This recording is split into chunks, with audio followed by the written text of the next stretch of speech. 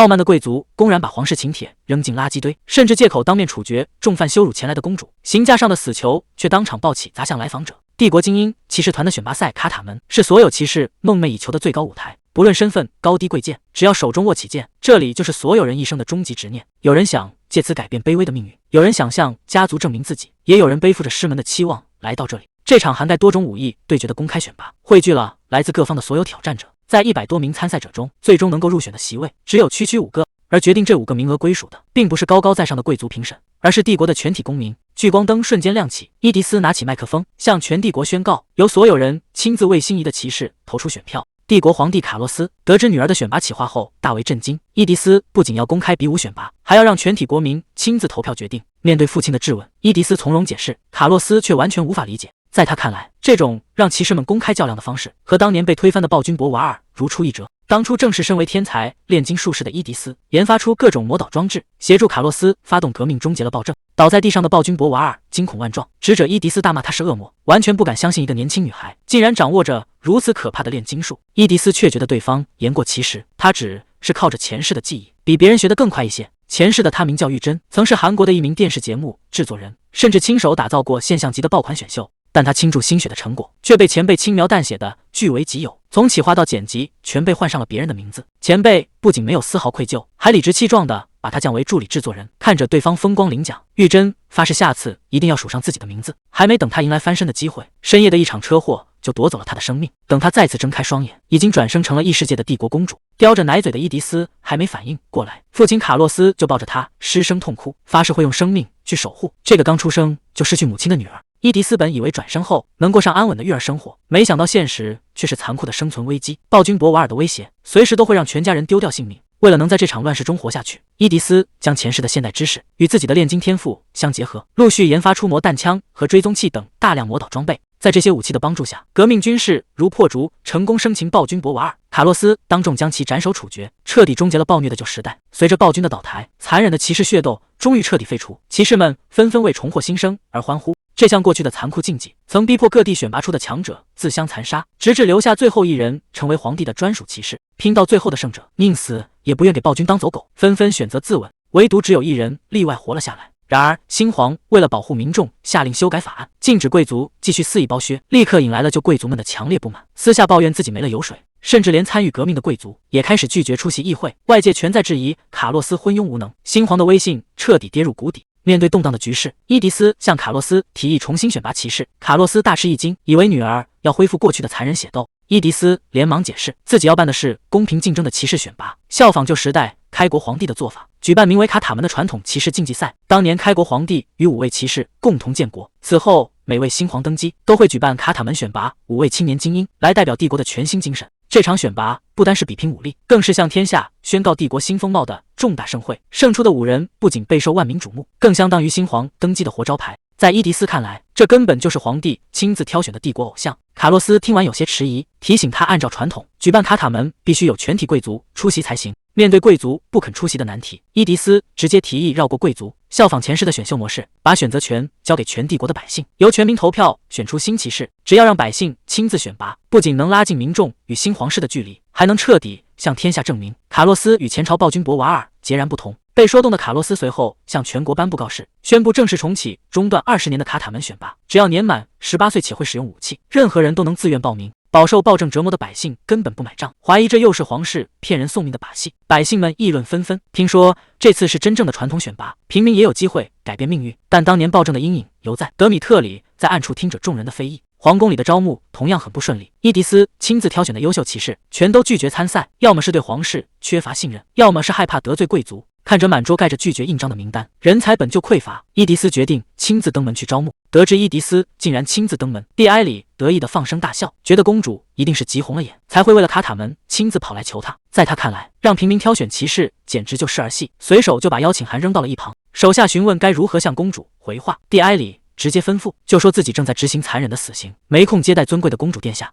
他故意要把伊迪絲晾在外面，好讓傲慢的皇室看清自己的分量。蒂埃里對新政權極度不滿，認為革命成功不犒賞貴族功臣，反而天天把平民掛在嘴邊。暗處的囚犯聽着他的狂言，死死攥緊了被綁縛的拳頭。蒂埃里借口要處決勾結海盜的罪犯，擔心場面過於血腥嚇壞公主，正打算以此為由把人拒之門外。刑架上的庫斯托卻突然發力，當場掙斷了手腕上的繩索。還沒等守衛反應過來，庫斯托瞬間出手擊飛看守，在蒂埃里眼前直接突破重圍。蒂埃里在樓上氣急敗壞，責罵手下連個犯人都抓不住。此時門外的伊迪絲正看着候選人檔案，雖然這人性格評分為墊底的不及格，但看在外形和實力的份上，他還是打算先見上一面。頭頂突然掠過一道黑影，庫斯托帶着殘破的木枷縱身躍下，直直朝着伊迪絲砸了過來。兩人猝不及防撞在一起，雙雙倒地，漫天的資料散落一地，把一旁的随從嚇得失聲驚呼。庫斯托撐起身子想要站起來，兩人近在咫尺，四目相對，近距離看清眼前冷峻英俊的面孔，伊迪絲頓時愣在原地，這家伙的顏值絕對達到了頂級。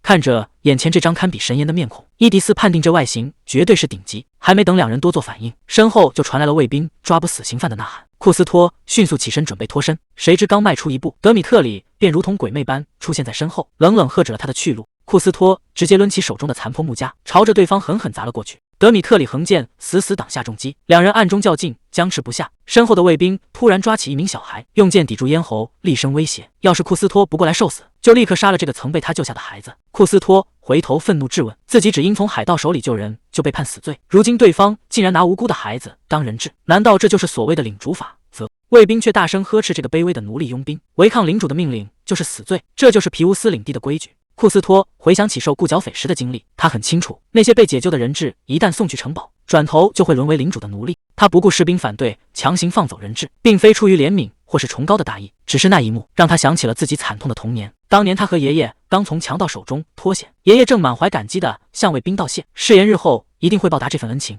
然而冰冷的利刃瞬間貫穿了爺爺的身軀，鮮血濺滿了年幼庫斯托的臉龐，士兵滿臉戲謔地嘲諷這個愚蠢的老頭。原來這些所謂的人質，從一開始就是拿來販賣的奴隸。士兵甚至得意地打量着年幼的庫斯托，斷言他能賣出個不錯的價錢。滾燙的奴隸烙鐵隨之狠狠落下，撕心裂肺的慘叫刺破了黑夜。看着眼前瑟瑟發抖的孩子，庫斯托深吸了一口氣，從噩夢般的記憶中回過神來。為了保住人質的性命，他主動邁步朝衛兵走了過去。衛兵立刻蜂擁而上，用粗重的繩索將庫斯托死死按倒在地。趕來的蒂埃里大口喘着粗气，下令將人拖回刑場，打斷四肢扔進大海。伊迪絲突然湊到蒂埃里身旁，冷不丁地質問他，處決前到底有沒有經過正式審判。蒂埃里被嚇得魂飛魄散，完全沒想到公主會親自找上門來。伊迪絲笑着調侃，聽說領主大人忙到沒空見客，自己這才特意過來登門拜訪。眼看伊迪絲提出沒有審判就要徹查，蒂埃里連忙搬出領地內政當借口，一口咬定犯人勾結了海盜。可當伊迪絲追問證據時，他卻支支吾吾半天說不出話來。被按倒在地的庫斯托憤怒大喊，這幫人純粹就是在栽贓陷害。氣急敗壞的蒂埃里厲聲呵斥，聲稱在這片領地上自己的話就是規矩。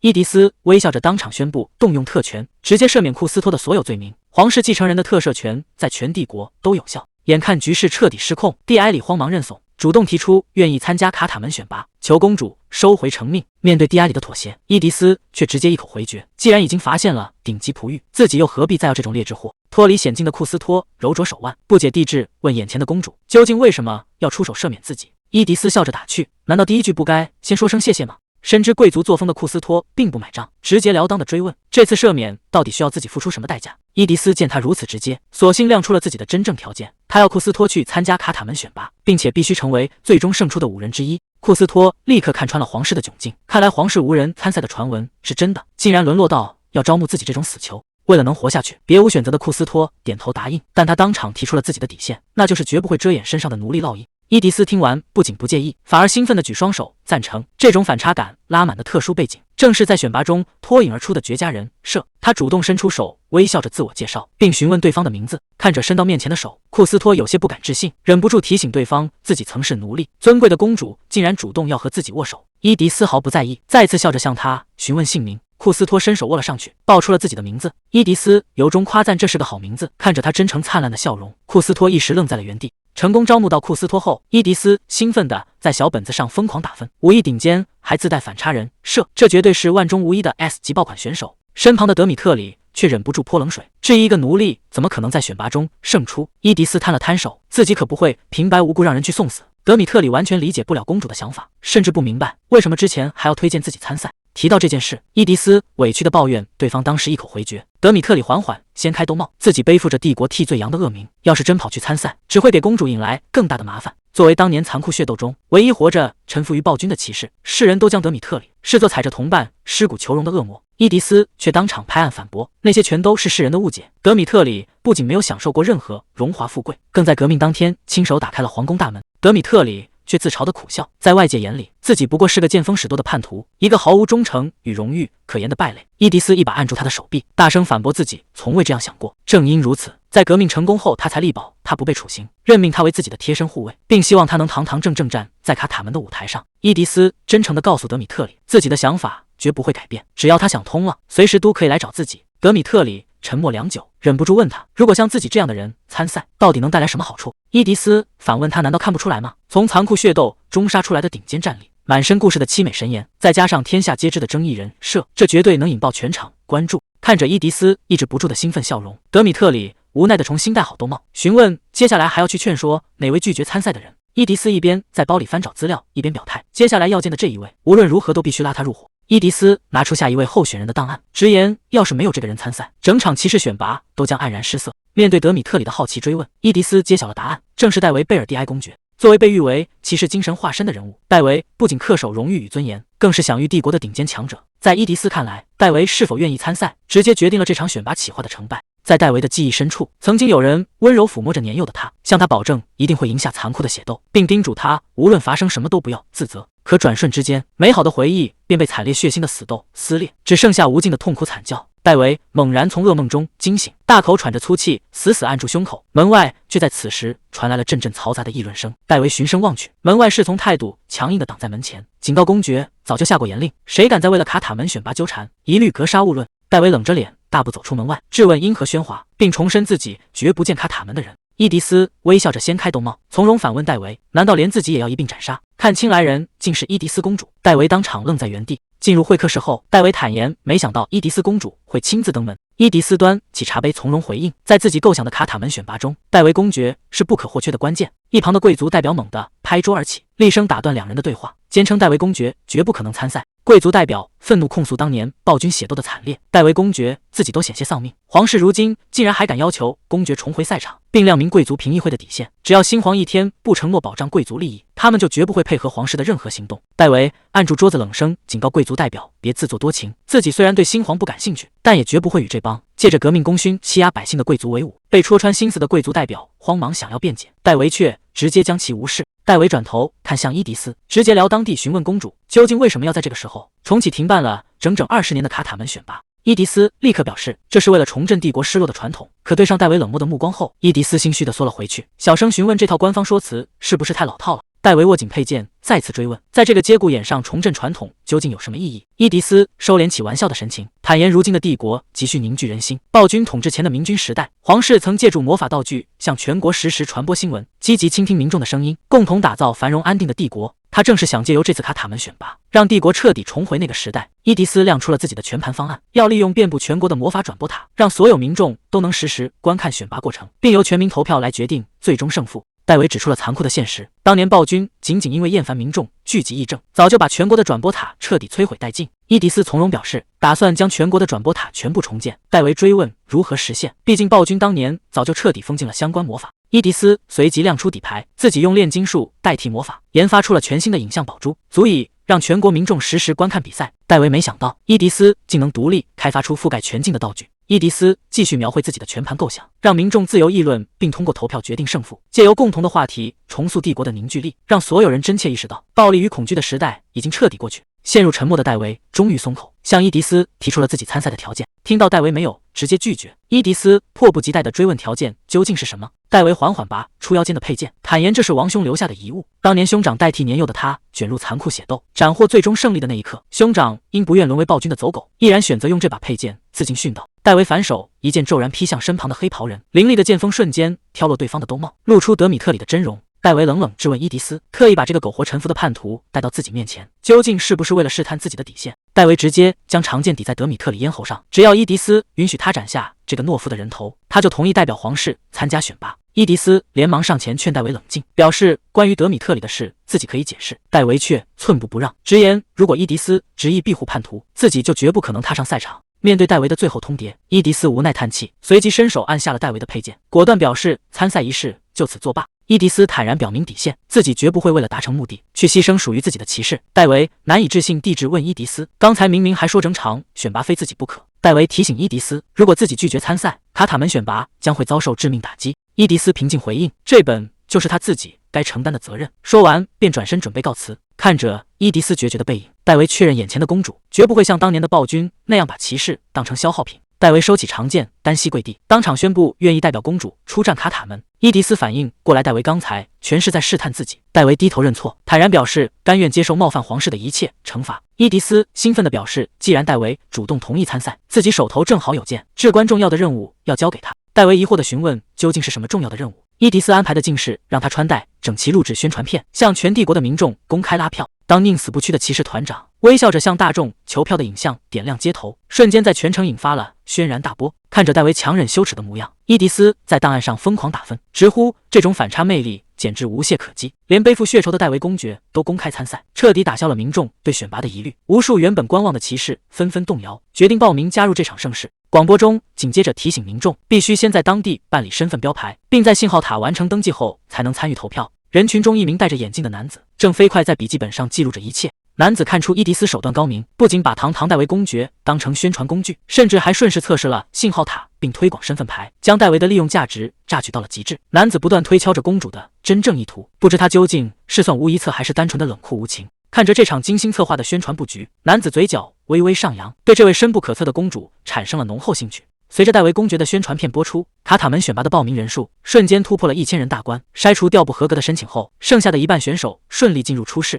紅髮的基利安坦言，哪怕出身微末，站上賽場也是自己畢生的執念。金髮青年莫里斯渴望向家族證明自己的能力，戴着眼鏡的皮埃爾則將師傅的教誨化作唯一的追求。在滿懷熱忱的選手中，偏偏還有一人需要伊迪絲費盡心思去勸說。面對公主的提議，德米特里卻冷淡地讓他別再胡言亂語。德米特里自嘲，像自己這種背負罵名的叛徒參賽，只會讓卡塔門徹底蒙羞。伊迪絲當場反駁，當年革命軍能順利攻入皇宮，正是因為他暗中打開了大門。德米特里矢口否認，聲稱自己當時不過是見風使舵的牆頭草。伊迪絲直接道破當年的隱情，從被迫捲入血鬥的那一刻起，他表面上對暴君言聽計從，實則暗中向革命軍提供情報。被戳中真相的德米特里當場愣住，難以置信公主竟會知道這些秘密。伊迪絲坦言，雖然只有間接證據，但當初力排眾議阻止處決，就是堅信他的清白，希望他能借卡塔門洗刷全部冤屈。德米特里神色苦澀，就算自己暗中協助過革命，無數同伴慘死在自己刀下也是事實。伊迪絲走上前，握住他的雙手，鄭重勸解，只有在卡塔門上公開真相，才能真正告慰那些死去的同伴。他直視德米特里，詢問是要讓同伴被當作白白枉死，還是作為英勇的犧牲者名垂青史。他完全有資格再次去爭奪最高的騎士榮耀。面對公主真摯的懇求，德米特里陷入了長久的沉默。隨着選拔名單最終敲定，整整100名選手脫穎而出，第一輪測試也隨之在宏大的賽場中拉開帷幕。第一輪出試的項目正式公布，測試內容是打地鼠，規則允許選手自備武器，卻嚴禁攜帶戰馬入場。庫斯托看着手中的規則，做出判斷，這原本是名門騎士早期的基礎訓練，對從未受過正規訓練的昔日奴隸來說，在起跑線上就落了下風。要是第一輪測試就被直接淘汰，自己甚至可能面臨被處決的命運。走進宏大考場的庫斯托環顧四周，各路選手早已按地域和派系抱團而坐，前排甚至有人為了爭奪头名當場負傷。庫斯托從一開始就沒打算去搶第一的位置，庫斯托只想隨便找個位置坐下，順順利利混進晉級名單。莫里斯直接伸腿攔住了他的去路，嬉皮笑臉的聲稱這裡已經有人。庫斯托換了個座位，對方卻再次出言阻攔。庫斯托冷下臉質問，難道這裡的座位都是他家的不成？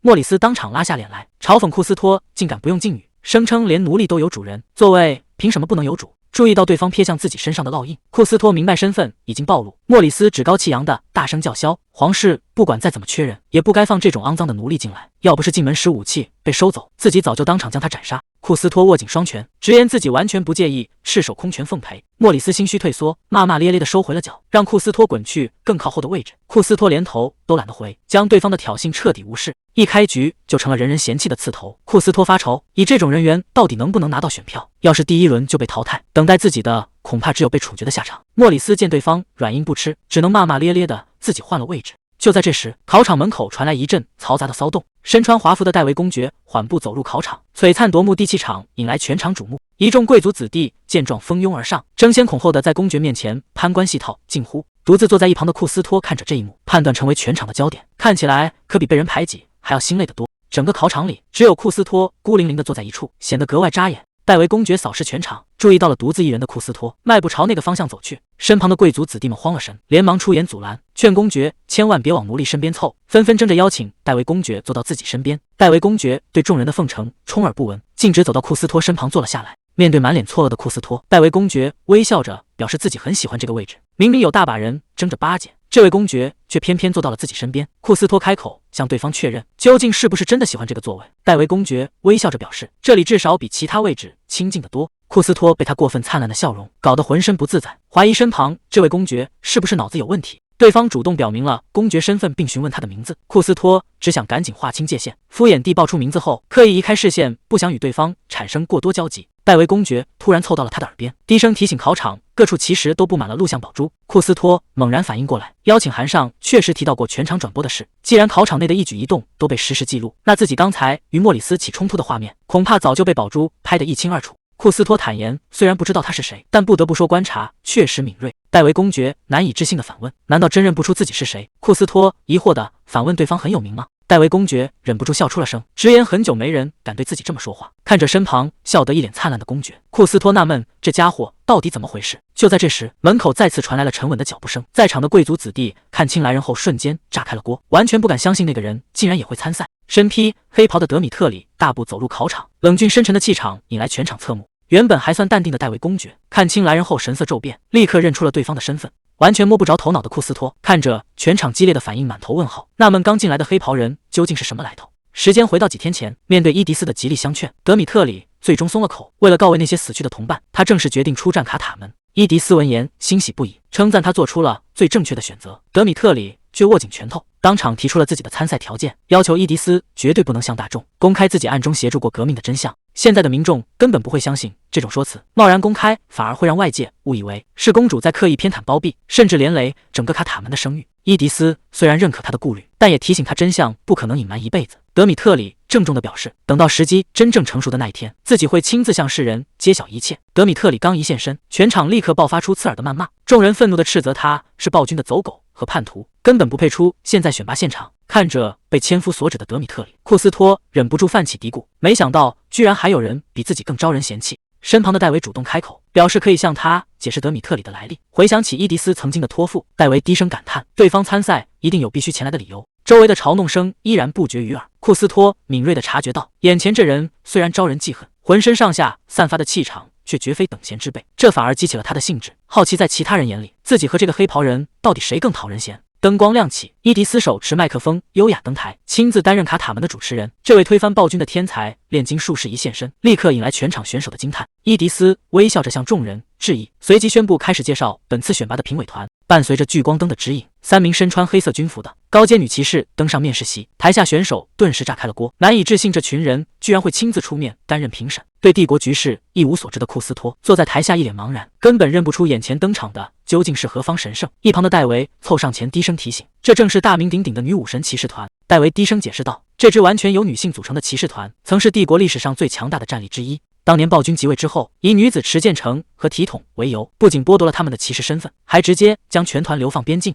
被流放的女武神骑士團並未屈服，暗中擁立卡洛斯發動革命，在新皇登基後重獲榮耀，如今聲望更是威震帝國。評審席上的團長阿蒙特率先開口，表示期待大家在選拔中全力以赴。副團長伊內斯冷靜地報上姓名，身旁的米拉則笑着提醒眾人一定要好好表現，免得待會兒被團長和副團長訓斥。伴隨着全场熱烈的歡呼聲，伊迪絲正式宣布考核開始，請1號選手入場準備。在眾人的注視下，1號選手起身離席，接過侍從呈上的測試武器，邁步走向考核通道。看台上的蒙喬見狀滿臉不屑，認為打地鼠不過是見習騎士的基礎訓練，拿這種小兒科項目當考題，根本測不出真正的實力。一旁的選手也忍不住附和，這簡直就像靠掰手腕定勝負一樣荒謬。蒙喬打定主意要展示準備好的武藝，自信滿滿的要把第1名收入囊中。輪到他進入考核通道後，迎面而來的根本不是普通地鼠，而是接連不斷的致命機關。蒙喬在滾石與撞錘間狼狽閃避，好不容易躲過一劫，剛鬆口氣就被機關正面擊中，當場倒地。評審席上的米拉興奮地直呼天才，竟然把打地鼠改成了獵殺選手的陷阱。身為主持人的伊迪絲只能尷尬又無奈地嘆了口氣。考核轉眼過半，米拉笑着表示，已經上場的55人裡，能及格的簡直屈指可數。伊迪絲暗自為難，原本設下機關是為了篩掉那些空有架子的繡花枕頭，沒想到大部分人竟如此不堪一擊。阿蒙特接着點評道：“目前最搶眼的選手，當屬那個長着娃娃臉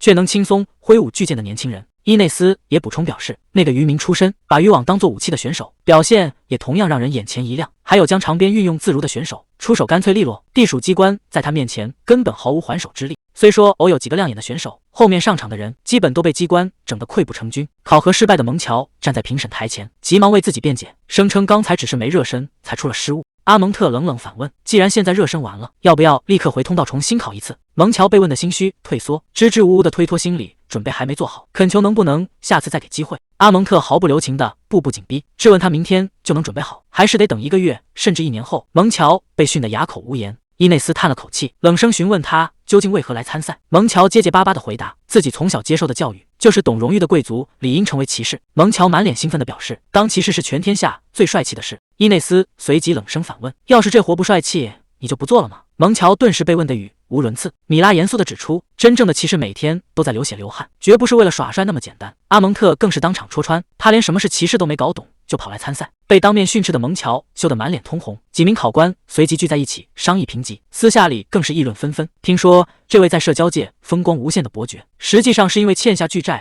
才跑來賺獎金。在全場矚目下，伊迪絲拿起麥克風，正式宣讀考官們的綜合評定。蒙喬最終拿到的成績竟然只有 C 級。聽到結果的蒙喬瞬間呆立在原地，這個結果讓蒙喬難以接受，他情緒激動地向評審席大聲抗議，強調自己為了參賽花重精緻辦武器和行頭，付出了極大的心血。守衛見狀立刻上前，將大喊大叫的蒙喬強行架出考場，最終成績依然維持5級不變。看着台下鬧騰的場面，伊迪絲無奈的扶額嘆息，雖然早有心理準備，但優秀人才的匱乏程度還是超出了預料。當年暴君對騎士展開殘酷的大清洗，導致帝國頂尖的戰力幾乎損失殆盡。這場考核不僅是測試實力，更是借由各種風格的選手人設向觀眾展示形象的宣傳策略。可要是登場的全是這種劣質選手，整場大賽遲早會徹底淪為笑話。看着堆積如山的低分檔案，伊迪絲急需一位能扭轉局面的真正強者。就在氣氛跌入谷底之際，一陣沉穩的腳步聲邁入考場，米拉頓時眼前一亮，直言終於等到了符合期待的人選。戴維神情從容地登上面試席，沉穩從容的氣場瞬間吸引了全場考官的注意。看着神情自若的戴維，米拉忍不住感慨：堂堂公爵果然沉穩。伊內斯卻冷靜地提醒，就算是頂尖高手也有可能意外失手。伊迪絲認定戴維絕對能打出驚豔的表現，為大賽宣傳貢獻絕佳的名場面。戴維持劍邁入考核迷宮，面對接連襲來的致命機關，他身形未亂，反手揮出凌厲的劍光，瞬間將迎面的機關盡數斬碎。這行雲流水的乾脆劍招，讓評審席上的阿蒙特神色驟變，當場認出這正是雨果的劍法。米拉定睛一看，發現戴維手中的佩劍正是雨果留下的遺物。伊內斯也隨即確認，那正是名震帝國的藍石之劍。戴維不僅佩戴着兄長的遺物登場，更將兄長的精妙劍術完美重現，瞬間抓住了全場的目光，為大賽增添了動人的傳奇色彩。台下的伊迪絲滿心欣喜，確信自己果然獨具慧眼。隨着戴維考核結束，伊迪絲重新看向評審席，準備正式公布對戴維的評審結果。伊迪絲舉起麥克風，正式宣布戴維拿下最高的1級評級。戴維從容撫胸致謝，在眾人的掌聲中邁步登台，優雅地坐上了象徵高評級的王座席位。緊接着，伊迪絲宣布，請57號選手登場準備。台上的戴維若有所思，意識到終於輪到了那個人。然而台下的伊迪絲卻滿心抓狂，在戴維這般完美的表現之後，緊接着登場的偏偏是庫斯托。庫斯托赤手空拳，甚至連一件護甲都沒穿，就這麼大搖大擺地走了出來，引得全场一陣驚呼。台下的伊迪絲十分擔憂，這家伙既不帶武器，也不做防備，到底哪來的底氣？以評審席那3位考官的嚴苛作風，待會兒肯定會把他批得體無完膚。然而庫斯托毫不在意，徑直邁步走進了考核迷宮。沒想到剛一踏入通道，暗藏的機關就帶着呼嘯聲迎面砸來。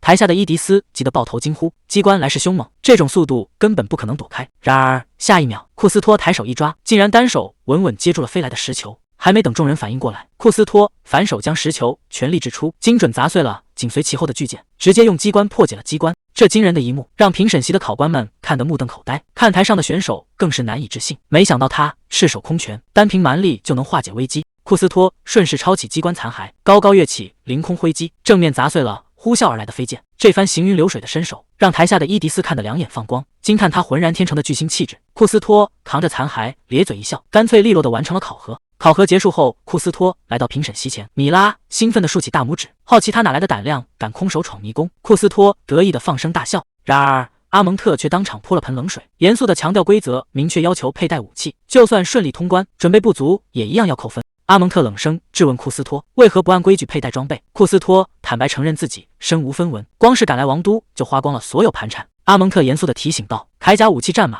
和騎士精神是成為騎士最基本的要素，而庫斯托身上連一樣都沒有。庫斯托坦言自己確實想要，但眼下的條件根本買不起。這番過於耿直的回答讓台下的戴維忍不住掩嘴輕笑。阿蒙特接着追問他是否學過正統的劍術或槍術，庫斯托依然乾脆地回答沒有。考官們隨即開始商議他的最終評級。考官們商議完畢，將評級手卡遞到了伊迪絲手中。伊迪絲看清結果後，拿起麥克風當場宣布庫斯托的最終評級為2級。聽到這個出乎意料的好成績，庫斯托喜出望外，連忙躬身向評審席連連道謝。伊迪絲隨即對着全場說道：以往成為騎士向來是富人的特權，光是開銷就足以讓普通人望而卻步，但這次由平民選拔的騎士截然不同，庫斯托這種草根逆襲的經歷必將贏得底層民眾的大力支持。評審席上的阿蒙特也微微點頭，認可這小子確實天賦異稟，甚至動了親自培養他的念頭。庫斯托順利坐上2級選手的專屬席位，引得後方的學院首席奧利維爾滿心嫉恨，難以接受一個平民的成績竟與自己平起平坐。坐上高席的庫斯托心情大好，俯瞰着下方被自己拋在身後的貴族選手，感嘆這場選拔比想象中還要公正。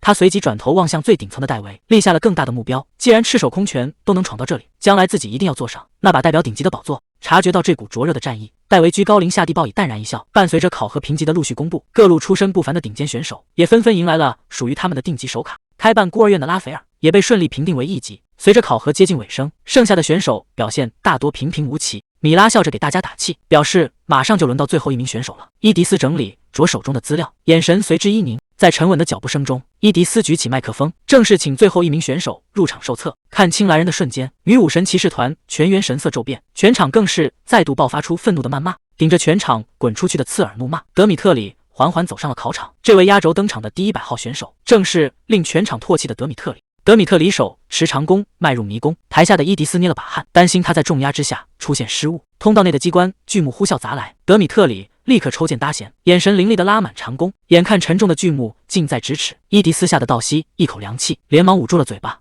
德米特里身形一矮，巨木擦着他的發梢呼嘯而過，德米特里屆時鬆開弓弦，利劍呼嘯而出，正面貫穿了襲來的機關。緊接着地面升起數道機關把，德米特里身形凌空躍起，指尖搭弦快如閃電，接連數箭精準命中，將所有目標盡數擊碎。德米特里收弓穩穩落地，乾脆利落地完成了整場考核。方才還在喧鬧的考場瞬間陷入一片死寂。看台上的選手見狀酸溜溜的嘲弄，說這種雕蟲小技環誰都能做到。台下的伊迪絲終於鬆了一口氣，評審席上的考官們卻面色凝重。德米特里邁步來到評審席前，考官冷聲質問他參賽的真正目的。德米特里坦言自己踏上考場只是為了獲得自我的認可。考官隨即嚴肅地追問，這是否意味着他無法接納當下的自己？德米特里沒有回避，平靜地給出了肯定的回答。考官順勢追問德米特里，難道是在後悔當初效忠暴君？台下的伊迪絲握緊拳頭，期盼他能順着台階澄清誤會，只要當眾低頭就能化解危機。然而德米特里神色平靜，直言自己對此從未有過一絲後悔。德米特里接着表示，就算時光能夠倒流，自己的選擇也絕不會改变。這番話徹底引爆了全場的怒火，看台上罵聲四起，無數雜物砸向德米特里。台下的伊迪絲見狀無奈扶額嘆息。最終德米特里拿下了2級評級，雖然實力無可挑剔，但他身上依然存在着致命的隱患。考官嚴肅地指出，騎士的評定不能只看武力。頂着全場對叛徒的譏諷與非議，德米特里徑直走上了看台，坐到了2級選手的席位上。身旁的庫斯托打量起德米特里，莫名有些放不下對方，或許是在他身上看到了自己的影子。察覺到視線的德米特里突然轉過頭來，庫斯托連忙避開目光，裝作不在意。而坐在最高處的戴維則居高臨下地注視着這一切。伊迪絲舉起麥克風，當場宣布本屆騎士選拔的入選考核已全部結束。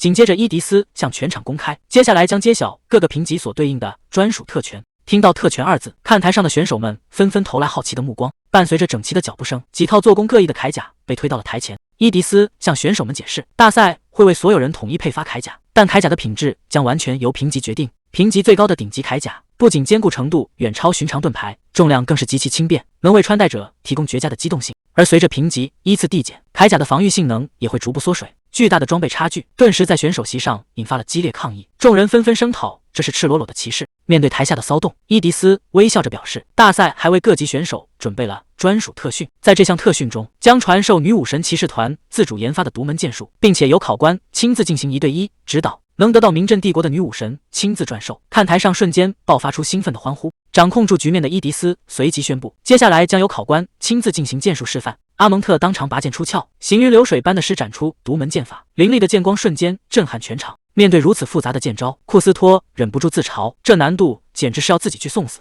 然而身旁的德米特里卻神情專注，一邊低聲默念，一邊抬手比劃着模仿方才的招式。庫斯托見狀心頭一驚，沒想到德米特里僅憑一眼就將所有動作全記了下來。台下的伊迪絲隨即舉起麥克風，熱情地詢問大家是否已經看清了方才的示範。伊迪絲微笑着向全場補充，在接下來的專屬特訓中，大家的評級隨時都可能發生變動，請所有人務必全力以赴。說完，伊迪絲正式宣布，騎士選拔的入選考核圓滿結束。折騰了一整天的選手們剛鬆了一口氣，紛紛收拾東西準備回去好好休息。然而還沒等眾人離場，考官便邁着沉重的步伐走上前。在選手們驚愕的注視下，阿蒙特冷聲宣布，專屬特訓現在立刻開始。阿蒙特要求所有人穿好裝備，立刻趕往對應評級的專屬訓練場，完全不給休息時間的嚴酷指令，讓台下的選手們措手不及。阿蒙特隨即冷笑着補充道，最後一個到達集合點的人，評級將直接面臨降級處罰。隨着阿蒙特一聲令下，選手們慌忙抱起沉重的裝備，選手們匆忙趕到訓練場。阿蒙特早已在場內等候多時，庫斯托被複雜的鎧甲徹底難住，手忙腳亂的不知道該如何穿戴。身後的戴維突然主動提出幫忙，把庫斯托嚇了一跳。庫斯托連忙開口婉拒，表示自己一個人就能搞定。戴維卻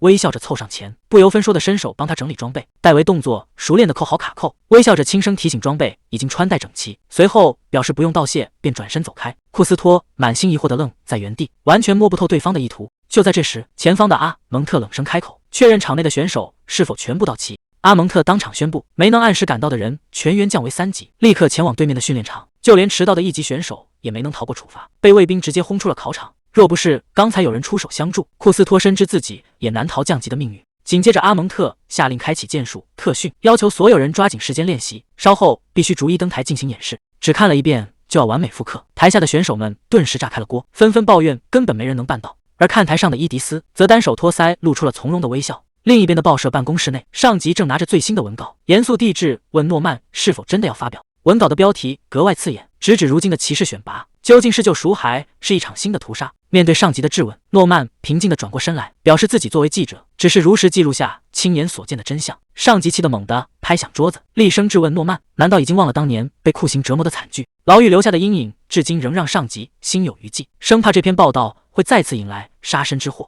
諾曼的神情卻沒有絲毫動搖，反問對方是否還記得走出地牢時立下的誓言，自己絕不會因為恐懼就選擇將真相徹底掩蓋。上級語重心長地勸阻諾曼，直言他是報社的頂梁柱，也是帝國最受信任的記者，絕不能不顧發表這篇報道的嚴重後果。諾曼平靜地反問對方，既然報刊的名字叫正義與真相，一旦因恐懼對真相視而不見，便再也沒有資格配得上這個名字。諾曼伸手按住桌上的文稿，承諾一旦出事自己會承擔全部責任，絕不會給報社帶來任何麻煩，懇請上級批准發表這份手稿。畫面轉回騎士訓練場，四周響起了密集的兵刃碰撞聲，其他選手都已經抱團圍攏到了那些記住劍招的高手身邊。整個訓練場被清楚地分成了2撥人，分別圍在戴維和基爾曼身邊。眼看人群擠得水泄不通，庫斯托根本找不到機會上前道謝。眾人圍在基爾曼身旁不停奉承，好奇他是怎麼在短時間內記下全部劍招的。基爾曼得意地表示，這套劍法並不算難。庫斯托在一旁仔細觀察，發現基爾曼雖然記了個大概，動作裡卻依然存在着破绽。身旁的跟班見狀，立刻厲聲呵斥，嘲諷庫斯托區一個奴隸出身的人，根本不配偷看基爾曼的劍術。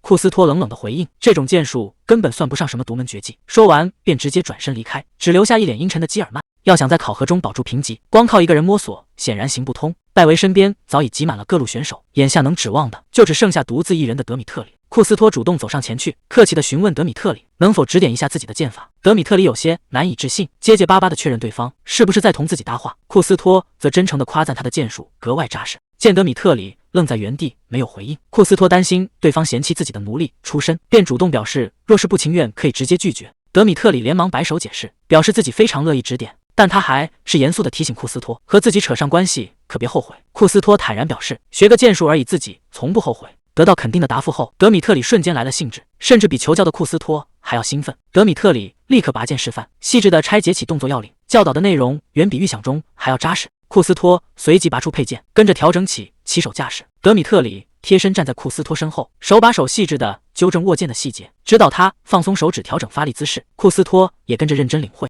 遠處的戴維注意到這一幕，完全想不通庫斯托為何去找德米特里，明明自己的劍術要更為出眾。戴維一邊隨口指點身旁的選手，眼神卻不由自主地頻頻瞟向專注練習的2人。就在庫斯托漸入佳境時，阿蒙特當場宣布練習時間結束。阿蒙特隨即點名戴維率先上前受試。戴維拔劍出鞘，凌厲揮斬，近乎完美的表現讓阿蒙特連連讚許，仿佛看到了自己揮劍時的英姿。緊接着，阿蒙特喊到了拉斐爾的名字，拉斐爾剛一拔劍展示，手中的佩劍便失控脫手砸在地上。看着渾身發抖、狼狽不堪的拉斐爾，阿蒙特大失所望，後悔當初給了他一級評級。阿蒙特厲聲喝令拉斐爾退回隊伍，拉斐爾連連道歉，狼狽退下。阿蒙特隨即嚴肅警告全場，根本沒有什麼永遠的一級評級，所有人都必須加倍刻苦受訓。目睹阿蒙特毫不留情的淘汰手段，還沒等庫斯托平復呼吸，阿蒙特便高聲點到了庫斯托的名字。突然被叫到的庫斯托心頭猛地一緊，庫斯托深吸一口氣，拔出佩劍，按照剛學到的要領，一招一式當場演練起來。他發力躍起，凌空揮斬，將整套劍法完整複刻了一遍。阿蒙特一針見血地指出，庫斯托根本毫無劍術基礎，但難得的是，居然硬生生把所有動作都記了下來。阿蒙特嚴肅告誡，劍術絕不是靠死記硬背，必須讓身體形成記憶才能用於實戰。要是還想留下來，就要抓緊掌握。庫斯托恭敬地躬身領命，表示自己一定會加倍苦練。庫斯托退回隊伍，身旁的選手們立刻冷嘲熱諷，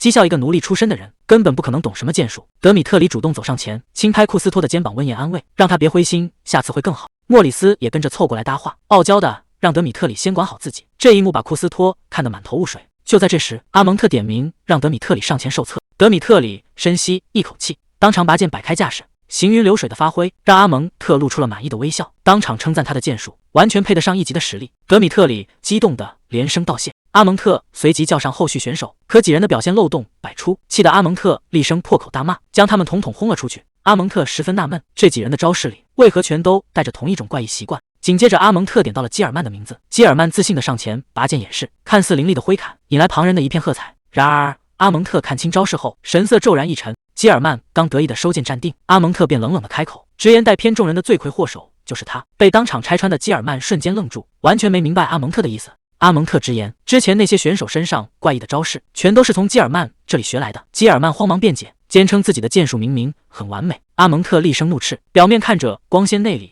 卻一團糟，質問是誰允許他擅自篡改動作，加上那些沒教過的發力和節奏。基爾曼滿頭冷汗的辯解，聲稱這是皮烏斯派系的正統劍術。阿蒙特當場厲聲駁斥，強調所有人來這裡學的是真正的女武神劍術，只靠那些花架子根本毫無意義。阿蒙特甚至當眾表示，與其耍這種小聰明，還不如像庫斯托那樣，至少庫斯托懂得專注於劍法本身，踏踏實實的去完整施展。被當眾拿來和庫斯托做對比，基爾曼如遭雷擊，在一片議論聲中狼狽退下。阿蒙特隨即宣布當天的特訓結束，提醒所有人抓緊練習，準備迎接接下來的重新評級。訓練結束後，選手們陸續離場，不少人累得不想折騰，決定直接留在特訓場的免費宿舍。庫斯托抱怨，這群貴族明明有家不回，害得自己沒法獨佔單間。就在這時，他注意到身旁有人正掩面痛哭，正在哭泣的正是表現優異的皮埃爾。明明得到了阿蒙特的充分肯定，皮埃爾卻自責發揮得不夠完美，甚至念叨着要是被主人看到，免不了要挨上一頓鞭子。庫斯托聽得滿頭大汗，吐槽對方簡直是個瘋子。庫斯托決定以後離這個自責痛哭的家伙遠一點。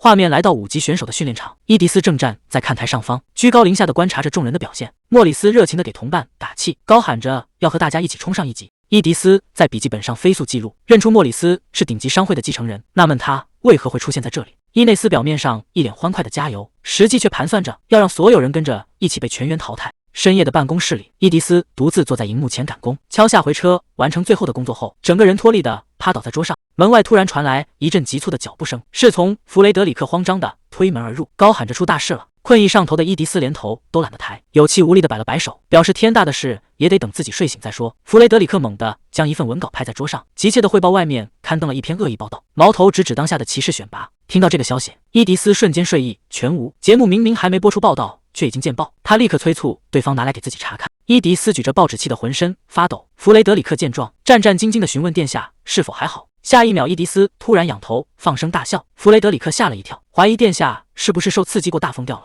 伊迪絲一把將報紙拍在桌上，興奮地表示這簡直是天大的好事，不用花一分宣傳費就引爆了熱度，完全是白送的流量。弗雷德里克連忙提醒，執筆的諾曼是帝國最著名的專欄記者，筆鋒一轉就能徹底左右民間輿論。伊迪絲表示自己當然清楚諾曼的名號。伊迪絲隨即下達指令，要求將這篇批評報道分發到帝國的每一個報攤，務必確保人手一份。弗雷德里克聽得目瞪口呆。伊迪絲微笑着反問，由皇室親自出資去推廣批評皇室的文章，能給外界傳達出怎樣的信號？民眾會真切感受到，如今的皇室不再打壓輿論，還能順帶給騎士選拔做足宣傳，根本沒有比這更划算的買賣了。庫斯托決定趁着夜色去訓練場加練，預想着這個時間肯定空無一人。沒想到剛到訓練場，裡面早已擠滿了刻苦練習的選手。庫斯托感嘆這幫人全都是怪物。德米特里認出了庫斯托，主動走上前，尷尬的搭話。對方試探着詢問他是不是也和自己一樣，是被室友趕出了房間，無處可去。兩個同病相憐的人相視苦笑，淚流滿面的僵在原地。德米特里兩眼放光的詢問庫斯托是不是也被室友趕了出來。庫斯托看出對方是真的無家可歸，嘴上卻強行挽尊，堅稱自己絕沒有被趕出房間。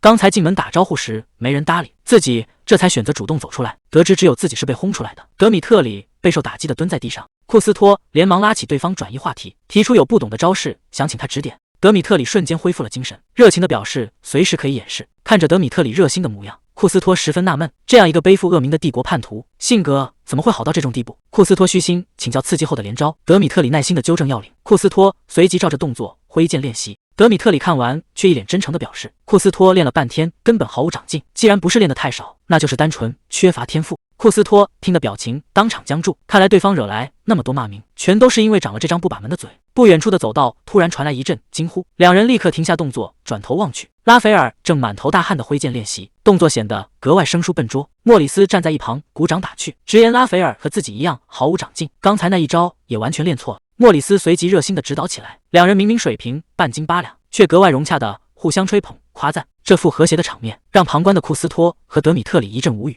庫斯托朝德米特里點頭示意，兩人隨即邁步上前主動搭話。德米特里上前糾正拉斐爾的舉劍姿勢，庫斯托也伸手提醒莫里斯放鬆肩膀。得到指點的兩人兩眼放光，連連誇讚他們動作標準。莫里斯乾脆一把握住德米特里的手，熱情地懇求兩人親自教他們劍術。庫斯托看出對方完全不認生，就像之前掰手腕輸掉時，也是毫無芥蒂地給贏家喝彩。德米特里有些遲疑地詢問莫里斯，難道不知道自己是誰嗎？莫里斯笑着表示，當然知道，眼前這位就是德米特里。德米特里滿臉難以置信，明知自己的惡名，竟然還願意向自己求教。莫里斯聳了聳肩，坦然表示自己骨子裡是個商人，只要對自己有好處的事情，才不在乎別人的風評。一旁的拉斐爾也腼腆的附和，自己現在水平這麼差，根本沒有挑3揀4的資格。聽到兩人毫不介意自己的過往，德米特里感動的當場背過身去紅了臉。庫斯托趕忙替他打起圓場，讓兩人別介意德米特里的情緒化。德米特里迅速調整好狀態，拔出佩劍，招呼大家立刻開始特訓。4人在場邊熱火朝天的練了起來，角落裡的選手卻冷笑連連，嘲諷一群蠢貨湊在一起絕不可能翻身。戴維站在高處俯瞰着訓練場裡刻苦練劍的庫斯托，他原本以為庫斯托會因奴隸身份受人排擠，沒想到對方早已和同伴打成一片，甚至融洽到讓自己都有些羨慕。身旁一名選手走上前來挑撥，嘲諷庫斯托區區一個奴隸太過狂妄，居然妄想成為禁衛騎士。戴維一言不發，轉身就走，頭也不回的冷冷甩下一句，直言對方早就已經輸給了庫斯托。選手不服氣的拉住戴維追問，戴維眼神一冷，直言對方從心態上就已經輸了，與其到處嚼舌根，不如多花點時間好好練練那爛到家的劍術。戴維冷冷甩開對方，摔門而去，留下那名選手僵在原地，震驚於兩人到底是什麼關係。幾周後，首次重新評級的前夕，伊迪絲召集考官們在會議室齊聚。雖然通過記錄水晶看到了訓練過程，他還是想聽聽考官們的親身感受，詢問特訓中是否有表現特別亮眼的選手。米拉看着手中的名冊，表示5級選手各有特點，一時間很难挑出唯一的人選。米拉靈光一閃，提到了5級的莫里斯。伊迪絲立刻來了興致，向米拉確認對方是不是商會的繼承人。米拉连连點頭稱讚，莫里斯不僅性格開朗，平時訓練也格外拼命，這次重新評級很有希望升段。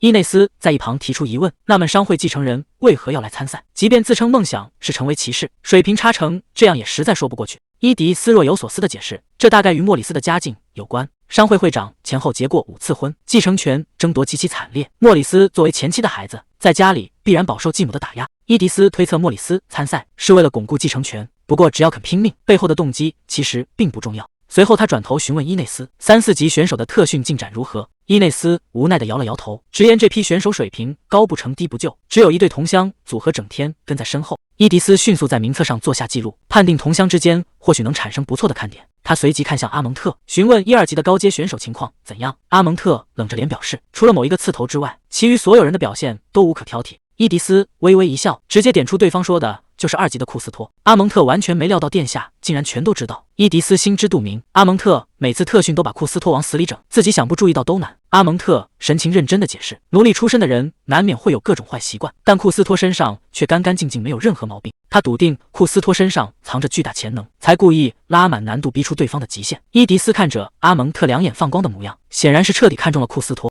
與此同時，皇城街頭格外熱鬧，報童們沿街大聲叫賣，推銷刊登了批評皇室專欄的報紙，引得路過的平民紛紛爭相搶購。一名報童在奔跑中撞上了路人，懷裡的報紙散落一地，而被撞到的黑髮男子正是寫下這篇專欄的記者諾曼。諾曼撿起散落的報紙，自己寫下的嚴厲批評專欄，本該被皇室嚴加審查扣押，此刻竟然大搖大擺地公開發售。身旁的路人們議論紛紛，直言如今的皇室敢公開批判自己的文章，反倒讓人對騎士選拔更加期待。諾曼瞬間看穿了背後的意圖，為了重塑民眾跌入谷底的信任，皇室主動将批評文章公之於眾。伊迪絲殿下的手腕完全超出了預料。庫斯托走進宏大的會場，納悶這次為何提前指定了座位，椅背上甚至還標着醒目的數字。他注意到自己坐的是11號，德米特里在3號，拉斐爾是26號，莫里斯則是52號。最高處的1號座位上赫然坐着戴維，這些數字分明代表着特訓排名，可重新評級還沒正式開始。回想起阿蒙特特訓時對自己的凶狠折磨，庫斯托認定教官絕不可能給自己這麼高的排位。5號座位的基爾曼忽然放聲大笑，囂張地嘲諷在座的各位，要是經過特訓劍術還是一團糟，自己以家族名義絕不輕饒。狂妄的挑釁惹得周圍選手紛紛側目怒視。庫斯托翻了個白眼，納悶這家伙怎麼一上來就四處樹敵。伴隨着清脆的腳步聲，伊迪絲微笑着走上高台，拿起麥克風向全場热情問好。得到選手們熱烈的回應後，伊迪絲宣布重新评級正式開始。巨幅卷軸隨即在考官身側緩緩拉開。本次重新評級的考核項目正是1對1的劍術決鬥。聽到1對1劍術決鬥的考核形式，台下的選手們頓時一陣嘩然。實戰交鋒和單純學習劍術完全是兩碼事。伊迪絲微笑着向全場揭曉大家座位的號碼，正是根據特訓期間的表現綜合評定出的当前初始排位。得知自己真的排在第11位，庫斯托愣在原地。伊迪絲公布了抽籤規則，由排位最低的選手依次上前抽球，球上標注的數字就是对应的对手，抽到自己則擁有重抽的機会。本次決鬥只能使用特訓學到的劍法，賽制也將一路淘汰進行6輪對決，只有最終決出的冠亞軍才會完全由勝負直接鎖定最終名次。伊迪絲補充說明，其餘選手的最終名次將由考官綜合決鬥結果、劍術掌握度和特訓態度評定，最終奪冠的第1名將獲得在建國暨劍術表演中站在全場最核心位置的特權。台下選手瞬間炸開了鍋，能在建國暨登台領銜表演，是所有騎士夢寐以求的舞台。抽籤環節正式開始，排位最低的選手依次上前抽取各自的對決人選。初始排位第1的戴維則從箱子裡抽出了17號對手，庫斯托抽出了89號，德米特里抽到了21號。抽籤完畢後，劍術決鬥正式打響。17號選手怒吼着發起衝鋒，眨眼間就被戴維輕鬆放倒。戴維毫無懸念拿下首勝，考官們忍不住搖頭嘆息。17號本來實力尚可，卻被戴維的氣勢徹底壓垮，導致整場比試草草收場。緊接着，德米特里登台迎戰，乾脆利落的一劍制敵，同樣輕鬆鎖定勝局。被擊倒的21號癱坐在地，德米特里看都不看一眼，拎着木劍徑直轉身離場。21號咬牙切齒地抓起木劍，怒吼着要替帝國執行正義，直接從背後朝着德米特里狠狠劈下。德米特里連頭都沒回，只是微微側身避開，就讓偷襲的21號撲空摔倒在地。一擊落空的21號氣急敗壞，惱羞成怒的破口大罵。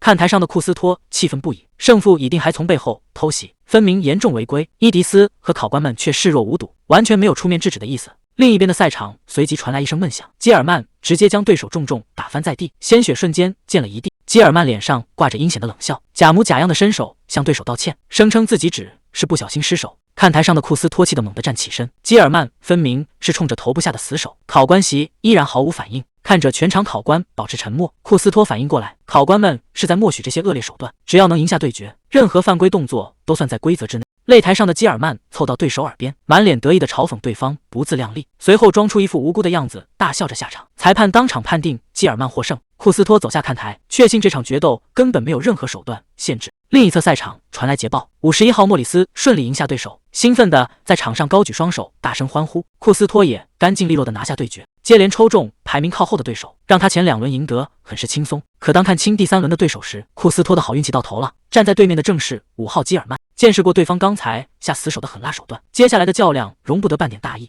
隨着伊迪絲宣布對決開始，庫斯托迅速拔劍進入戰備狀態。基爾曼率先發起猛烈突襲，被庫斯托側身堪堪避過，一擊落空的基爾曼咬牙變招，反手一劍緊追着直取要害。接連驚險的閃避讓庫斯托感到壓力。基爾曼本身的劍術實力明明更強，卻依然執迷於用這些下作手段，光是防備暗算就難以招架。要是連自己的劍術都無法正常施展，這局對決恐怕很快就會以慘敗收場。基爾曼找準破綻，突然發難，一記重擊狠狠砸在庫斯托身上，劇烈的衝擊讓庫斯托當場吐血倒地。基爾曼居高臨下地冷笑出聲，直言庇護大人看到這副慘狀一定會感到非常高興。聽到庇護的名字，倒在地上的庫斯托猛地一愣，基爾曼滿臉得意地湊上前嘲諷自己能被派來參加選拔，全都是奉了庇護大人的命令。得知眼前的死鬥全是对面的蓄意安排，庫斯托眼神瞬間冷了下來，心中的怒火被徹底點燃。庫斯托周身猛然爆發出一股骇人的氣勢。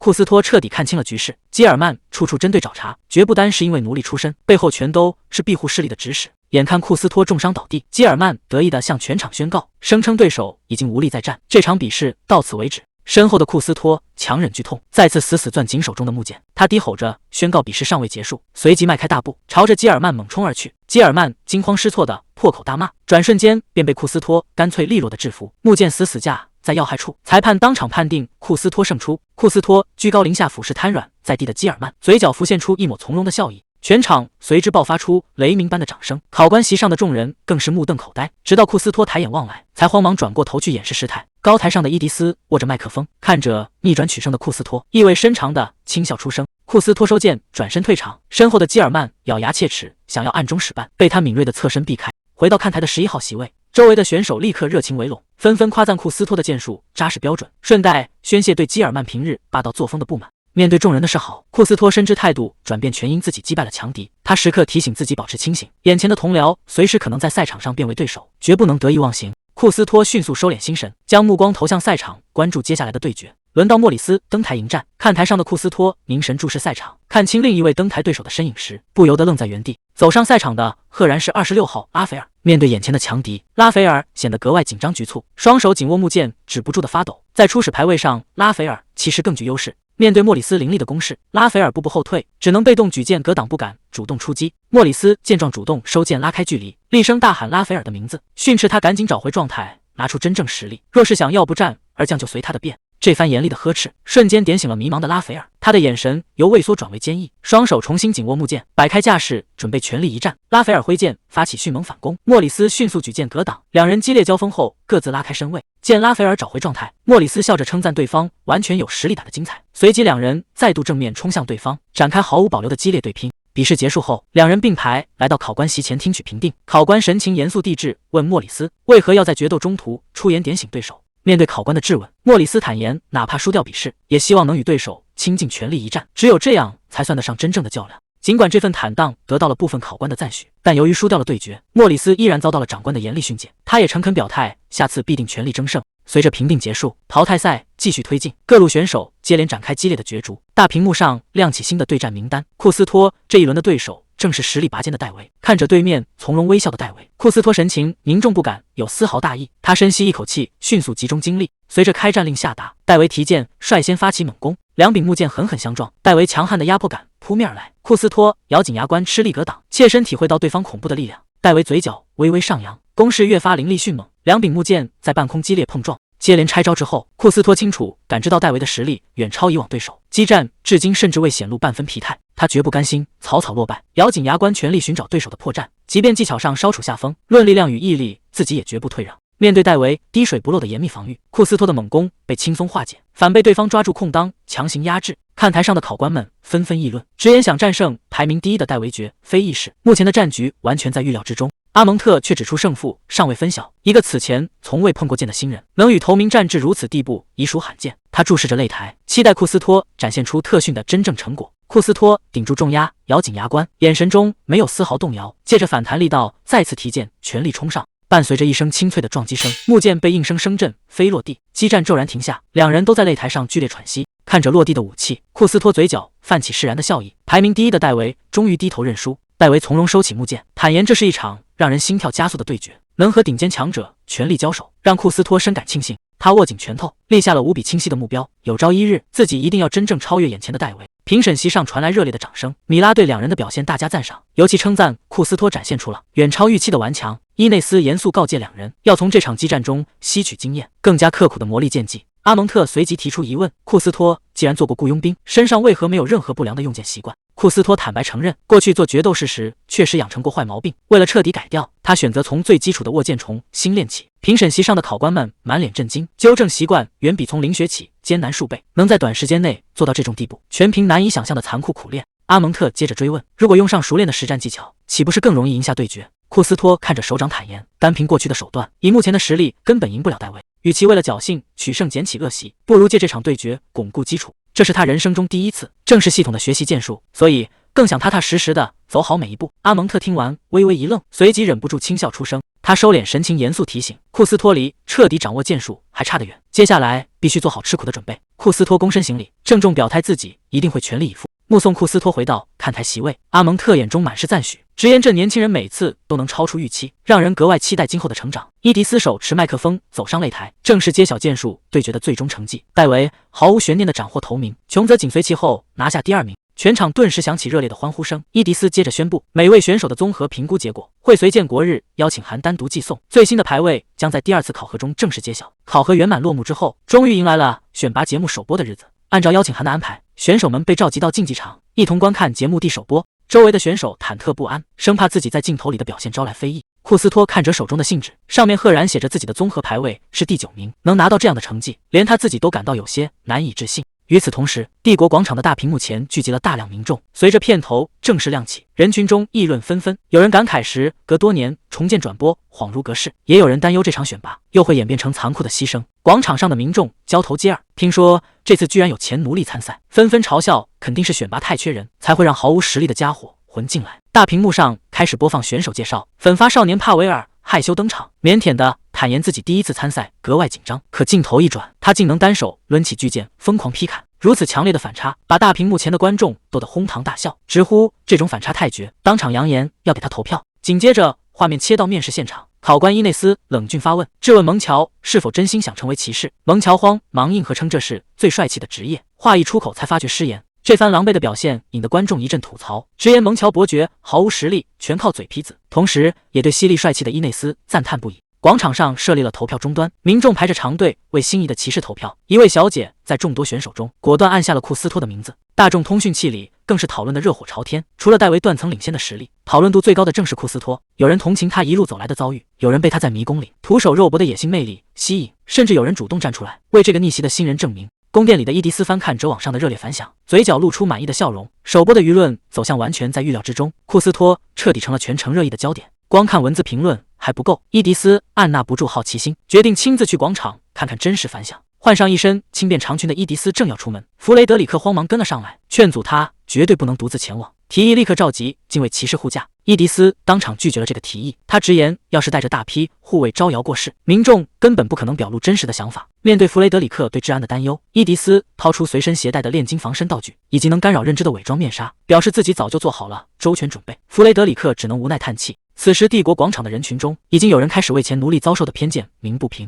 聽到樓下民眾為庫斯托和戴維爭論不休，戴着面紗的伊迪絲撐着下巴，對越來越熱烈的反響格外滿意。他推測專欄作家諾曼8成也會來現場取材，順着欄杆朝人群裡一瞧，果然一眼鎖定了諾曼的身影。察覺到視線的諾曼警覺地轉過頭，伊迪絲已經快步下樓來到他面前，主動微笑着確認他專欄作家的身份。面對眼前這位蒙着面紗的不速之客，諾曼滿臉疑惑地反問對方是誰。伊迪絲輕輕抬了抬面紗，微笑着回答自己只是他的狂熱粉絲。聽到這個出人意料的回答，諾曼一時愣在原地。競技場的大屏幕上正同步放映着節目的精彩片段，選手們聚精會神地盯着畫面。上一秒47號選手還在採訪裡自信滿滿，下一秒鏡頭一轉就切到了他考核時摔趴在地的狼狽慘狀。屏幕前頓時爆發出一陣哄堂大笑，同伴們毫不留情地當面嘲弄，這簡直是公開處刑。紅髮選手氣得滿臉通紅，直呼這絕對是節目組的惡意剪輯，故意挑最丟人的瞬間放出來。大屏幕畫面一轉，節目組拋出了新的採訪提問，詢問選手們最期待在這場大賽中遇到誰。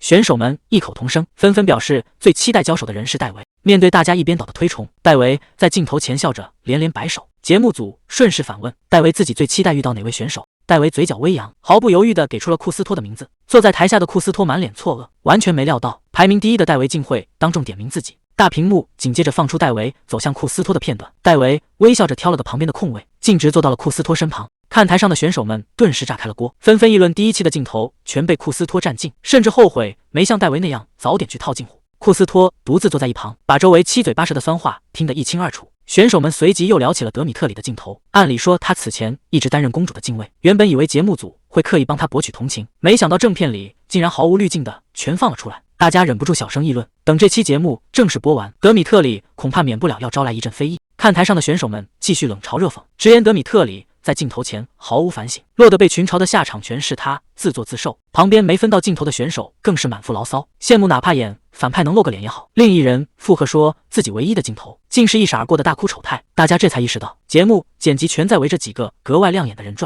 大屏幕畫面再次切換，切到了庫斯托當初的面試片段。庫斯托坦白自己身無分文，花光了所有積蓄才免搶來到王都。阿蒙特當場嚴肅質問：鎧甲、武器、戰馬和騎士精神是一個合格騎士最起碼的標配，而庫斯托這4樣居然一樣都沒有。鏡頭裡的庫斯托無奈承認自己確實也很想擁有，但殘酷的現實根本不講道理。看着屏幕上的煽情剪輯，庫斯托十分無奈，這分明是把自己當成了苦情戲主角。與此同時，伊迪絲正與諾曼並肩走在林蔭小道上。諾曼滿心疑惑，坦言雖然支持自己專欄的讀者不少，但幾乎沒人真正見過他的長相，好奇對方究竟是怎麼一眼認出自己的。面對諾曼突如其來的追問，伊迪絲心頭一緊，一時有些不知該如何圓場。伊迪絲連忙打圓場，謊稱之前去報社辦事時曾偶然見過他一面。諾曼推了推眼鏡追問他去報社究竟辦什麼事，伊迪絲隨口敷衍說自己親戚的親戚在報社當主編，今天只是順路過去拜訪。見諾曼點頭相信了這套說法，伊迪絲暗自鬆了一口氣。兩人繼續並肩前行。諾曼主動問起他特意找來的目的，伊迪絲略帶遲疑的開口，坦言自己特別好奇這位敢於直言不諱的名作家會對今天剛播出的第1期選拔有什麼看法。伊迪絲滿懷期待地表示自己拜讀過他最新的專欄，深受觸動。諾曼突然停下腳步，語氣冷淡地給出評價，直言這場選拔令人大失所望。聽到這個出人意料的回答，伊迪絲不由得一愣，連忙追問究竟是哪裡讓他感到失望。諾曼接着開口表示，這場選拔確實不像前代暴君時期把騎士們推向你死我活的血腥死鬥，但他直言這種徹底利用骑士的本質其實根本沒有任何改變。諾曼推了推眼鏡，接着指出，節目組為了捧紅特定選手，在剪輯上動足了手腳，更何況這群參賽的騎士年紀尚輕，主辦方卻在沒有任何保護的情況下把他們直接推到大眾面前，任由實時彈幕隨意審判和辱罵。諾曼言辭犀利地痛批伊迪絲公主不過是在利用選手的迫切渴望，把年輕騎士當成博眼球的商品販賣，逼着這群年輕人去獨自承受大眾狂熱之下的苛刻惡評。跟前代暴君的血腥殘忍相比，僅僅只是換了一種形式而已。諾曼情緒激動地指責，把選手召集過來只為了給皇室制造熱度，一旦失去價值就無情拋棄，這種做法根本毫無二致。伊迪絲當即提出不同看法，直言競技節目在剪輯時，鏡頭自然會聚焦在表現搶眼的選手身上，要是不突出人物的性格與特質，就無法講出讓大眾沉浸的故事。觀眾跟隨選手的個人敘事，為他們歡笑流淚，加油助威，這才是這檔選拔的核心魅力。伊迪絲接着反駁，如果公主真想內定特定選手，就絕不可能在節目裡把身為主力親信的德米特里剪成叛徒，大可不必費盡心思去編造悲情故事博取同情。伊迪絲進一步指出，這場選拔向所有人證明了包容與自由，打破了騎士團曾是貴族專屬的界限，讓前奴隸也能堂堂正正地站在擂台上。諾曼推了推眼鏡，冷笑反駁，直言大眾投票不過是被選手的外表所迷惑，單憑長相選出來的人根本配不上真正騎士的稱號。伊迪絲立刻據理力爭，敬畏騎士本就是和平與皇室形象的象徵，負責向大眾傳遞皇室訊息與歡心，出众的外形本來就是該具備的資質，更何況這是大眾自主做出的選擇，民眾能夠自由發聲並親自參與決定，本身就與暴君時代有了本質的區別，是無可否認的進步。諾曼卻冷聲打斷，痛批這不過是掩蓋本質的虛偽表象，如今的騎士團根本缺少真正的騎士精神。伊迪絲毫不退讓的反問，讓民眾親手選出心儀的騎士來展現自由，難道不正是暴君時代落幕後皇室最該向所有人傳達的意義嗎？諾曼情緒激動地反問，皇室為什麼不用實際行動展示改革，反而再次利用騎士來洗白自身形象？伊迪絲按捺不住情緒，大聲反駁，直言帝國如今四分五裂，暴君留下的創傷讓民眾緊閉心門，公主舉辦這場選拔正是為了給大眾帶來久違的歡樂，借此重新凝聚支離破碎的帝國。諾曼聽完不由得一愣，注視着眼前的少女，低聲質疑，直言她說話的口吻簡直就像是極其了解伊迪絲公主一樣。伊迪絲頓時有些心虛，慌忙清了清嗓子掩飾，辯解說只是因為諾曼的觀點太過偏激，自己才忍不住站在對立面反駁。他隨即收斂情緒，表示自己已經充分了解了他對首播的犀利銳評。諾曼推了推眼鏡，冷笑着表示自己深感榮幸。伊迪絲微笑着出言譏諷，直言能聽到大作家戴着有色眼鏡的犀利高見，確實讓人大開眼界。諾曼也不甘示弱的反唇相譏，表示自己也很高興能領教只看重騎士外貌的膚淺見解。兩人表面客套的互相道別，暗地裡卻針鋒相對，火花四濺，隨即同時冷哼一聲，轉身離去。諾曼注視着少女離開的背影，只覺得對方前腳自稱粉絲，後腳就翻臉，真是個古怪的女人。不過能遇到如此旗鼓相當的對手，展開一場酣暢淋漓的辯論，也讓他感到格外盡興。諾曼甚至開始期待，不知道以後是否還有機會再見到他。另一邊的伊迪絲卻是另一番心情，走在路上的他咬牙切齒，顯然被剛才諾曼的頑固偏見氣得不輕。王宮大殿內，官員正同步匯報選拔首播的各項數據。帝國全境登記投票的人數遠低於預期，甚至只有原先預估的1/5。面對慘淡的數據，卡洛斯神情凝重地看向伊迪絲，伊迪絲卻表現得十分平靜。他指出，雖然總登記人數不高，但投票參與率卻奇蹟般超過了90%。官員隨即遞上詳細報告，補充說明，只要開始收看的觀眾幾乎全程沒有離開屏幕。卡洛斯頓時轉憂為喜，欣慰地向身邊的女兒道賀。伊迪絲微笑着回應父親，現在僅僅只是邁出了第一步，選拔必須引發全帝國熱議，才能徹底喚醒民眾的活力。官員讚嘆公主的遠見之後，神情遲疑地匯報起另一項關鍵數據。伊迪絲推行的匿名實時評價機制確實在觀眾之間掀起了軒然大波，但自由發言也帶來了失控的負面輿論，後台充斥着大量嚴苛的惡評與指責，所有人都在宣洩對其實力的失望。突如其來的變故讓卡洛斯大吃一驚，伊迪絲嚴肅地追問負面輿論的具體比例，官員無奈呈上統計報告，惡評數量已經佔據了總評論的半數以上，許多觀眾甚至質疑節目組偏袒特定選手，直接將攻擊的矛頭對準了伊迪絲本人。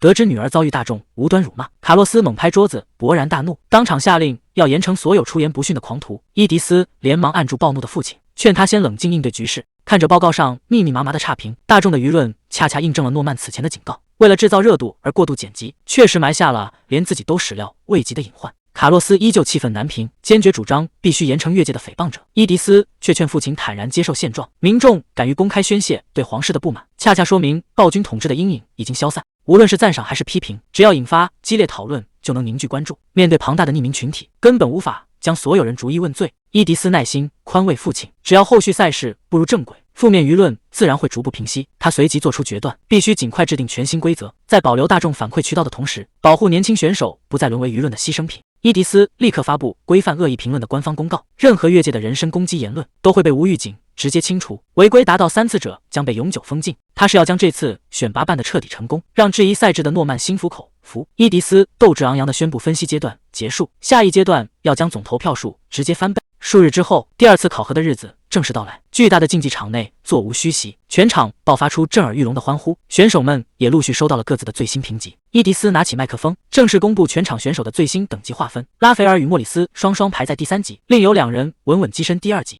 實力超群的戴維與德米特里毫無懸念地並列榜首第1級。另一邊的基爾曼卻遭遇斷崖式下跌，由於上次考核使用了卑劣手段，如今僅勉強保住第4級，氣得基爾曼在台下咬牙切齒。全場最矚目的焦點庫斯托同樣力壓一眾強敵，殺入了第1級。看着賽場氣氛如預期般沸騰，伊迪絲準備揭曉下一輪的考核內容。伊迪絲高聲宣布第2輪考核項目，萬眾矚目的團隊魔物狩獵正式開啟。台下的庫斯托眼神微微一沉。根據比賽規則，各隊伍將進入被污染的原始森林獵殺魔物，在規定時間內斬獲積分最高的隊伍獲勝。獵殺魔化鹿的10分，野豬的7分，狐狸得5分，而兔子僅有2分。選手們聽到考場地點後滿臉慌亂，那片森林數十年無人踏足，深處不知蟄伏着多少殘暴魔物。伊迪絲隨即開口安撫眾人，考場早已被初代騎士團肅清，只剩下低階魔物，但他依然嚴肅告誡所有人絕不可掉以輕心。伊迪絲示意全場看向後方長桌，宣布正式開啟團隊組建環節。長桌上整齊陳列着各色袖標，令在場選手面面相覷。阿蒙特隨即上前宣布規則，排名第100到81名的選手優先出列，自主挑選所屬队伍與職能袖標，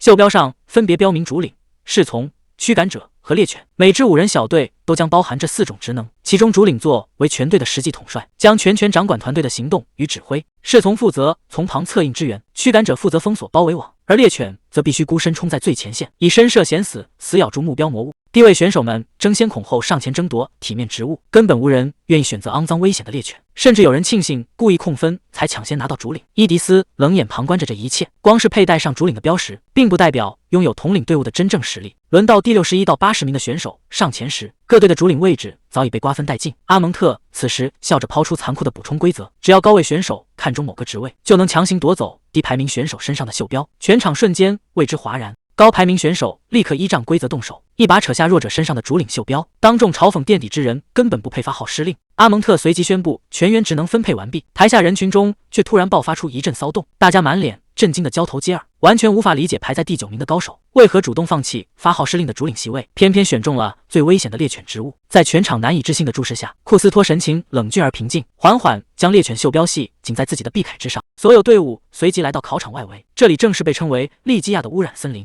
作為主領的德米特里把隊伍裡的4人召集到跟前，詢問大家以前有沒有狩獵經驗。擔任獵犬的莫里斯立刻舉手，自信表示自己參與過。德米特里轉頭看向剩下的3人，得到的卻只有一片沉默。作為驅趕者的帕維爾神色尷尬，小聲承認自己其實不擅長狩獵。丹尼斯雙手抱胸，冷冷反問漁夫怎麼可能會去打獵。同為獵犬的庫斯托抓了抓後腦勺，笑着表示自己倒是抓過海盜。這番離譜的經歷讓德米特里和莫里斯聽得當場愣住。帕維爾忍不住湊上前悄聲詢問，以庫斯托排名前10的實力，完全能搶下其他隊伍的主領，為什麼偏偏要主動選擇當獵犬？庫斯托嘴角微微揚起，直言自己雖然不擅長動腦子，但要是論動手拼力氣，自己絕對不會輸給任何人。頂着高排名去當獵犬，反而更能顯出自己的本事。庫斯托這副豪爽的模樣，讓一旁的德米特里有些無奈。坐在場外觀戰的伊迪絲注視着德米特里對融洽的氣氛，同時也對庫斯托的選擇捉摸不透。想起嚴肅古板的諾曼，伊迪絲忍不住掩嘴偷笑。等節目播出，諾曼肯定又要抱怨自己偏袒選手，但當他把視線轉向其他隊伍時，發現那邊的氣氛完全不同。另一支隊伍的駐地裡，有人正神色不善地給隊員施壓，質問大家的真正實力難道就只有這種水平？擔任獵犬的基爾曼一臉自信，當場主張由自己來擔任全隊的主領。身為正牌主領的瓊臉色一沉，冷冷質問對方難道想讓自己讓位？基爾曼毫不退讓，直言換個更有能力的人帶隊才最合適。瓊當場憤怒回隊，真有本事當初就該憑高排名去爭奪袖標。眼看兩人劍拔弩張，擔任侍從的拉斐爾慌忙上前勸架，提醒大家馬上就要共同迎敵。為了平息爭執，拉斐爾提議不如通過全隊投票來決定，瓊卻當場拒絕，質問憑什麼要對名正言順爭來的位置投票。拉斐爾湊上前悄聲勸解，直言光帶着袖標算不上真正的領袖，只有讓大家心服口服的推選，才能在隊伍裡擁有真正的威信。這番話讓瓊的態度軟化下來，他轉頭嚴肅警告基爾曼，必須無條件服從最終的投票結果。基爾曼也笑着一口答應。看台上的伊迪絲十分讚賞，沒想到拉斐爾這麼擅長處理人際關係，連傲慢的基爾曼都能被他妥善制衡，整支隊伍迅速化解了矛盾。而另一邊戴維帶領的隊伍裡，氣氛格外融洽。戴維微笑着向隊員們提議，正式出發前先一起加油打氣。侍從皮埃爾與驅趕者基利安欣然響應，隊員們齊聲吶喊，碰拳鼓勁，整支隊伍士氣高漲。眼看選手們整裝待發，伊迪絲舉起麥克風公布具體賽制，侍從們隨即在前方展開考場地圖。整個森林被劃分為4大狩獵區域，每個區域各自分配5支隊伍。為了調動大家的積極性，伊迪絲當場公布了豐厚的獎勵機制，各區域第1名的隊伍能斬獲1萬獎勵票，第2名獲得5000票，後3名則依次遞減，甚至拿不到任何加成。考核一結束，就會立即根據大眾的投票，在現場直接舉行實時排名儀式。伊迪絲進一步提醒眾人，只要在這次狩獵中拿下巨額獎勵票，目前的綜合排名就可能被徹底逆轉。為了爭奪有利的狩獵區域和誘餌，前置小遊戲正式開啟，台下的選手們瞬間爆發出熱烈的歡呼。爭奪區域的環節是競速賽跑，規則非常簡單，只要率先衝向心儀的區域，拔下插在地上的標牌就算獲勝。德米特里湊到庫斯托耳邊低語，提議隊伍必須爭奪靠河的區域，因為口渴的魔物必定會大量聚集在水源附近。庫斯托看了一眼地圖，當即敲定第2區域是絕佳選擇。帕維爾小心翼翼地發問，商量該派誰代表隊伍出戰競速。面對這個關鍵任務，其餘隊員一時面面相覷，沒人接話。庫斯托當即主動舉手自薦，笑着表示自己從小就習慣了四處逃亡，論起跑步比速度，他絕對比任何人都有信心。德米特里與庫斯托相視一笑，放心地將競速重任交給了他。各隊代表隨即來到起跑線，紛紛俯身擺好衝刺姿勢。庫斯托也半蹲在地蓄勢待發，看着對手全都是實力強勁的頂尖騎士，帕威爾擔憂地湊上前詢問德米特里真的沒有問題嗎？德米特里微笑着安撫眾人，直言不必擔心，庫斯托一定能跑出最好的成績。起跑線上，身旁的戴維突然低聲搭話，直言庫斯托看起來對獲勝沒什麼執念。庫斯托愣了一下，回頭追問，戴維卻自信地表示，如果下次想要獲勝，不妨考慮加入他的隊伍。伊迪絲隨即舉起發令槍，高聲提示眾人做好準備。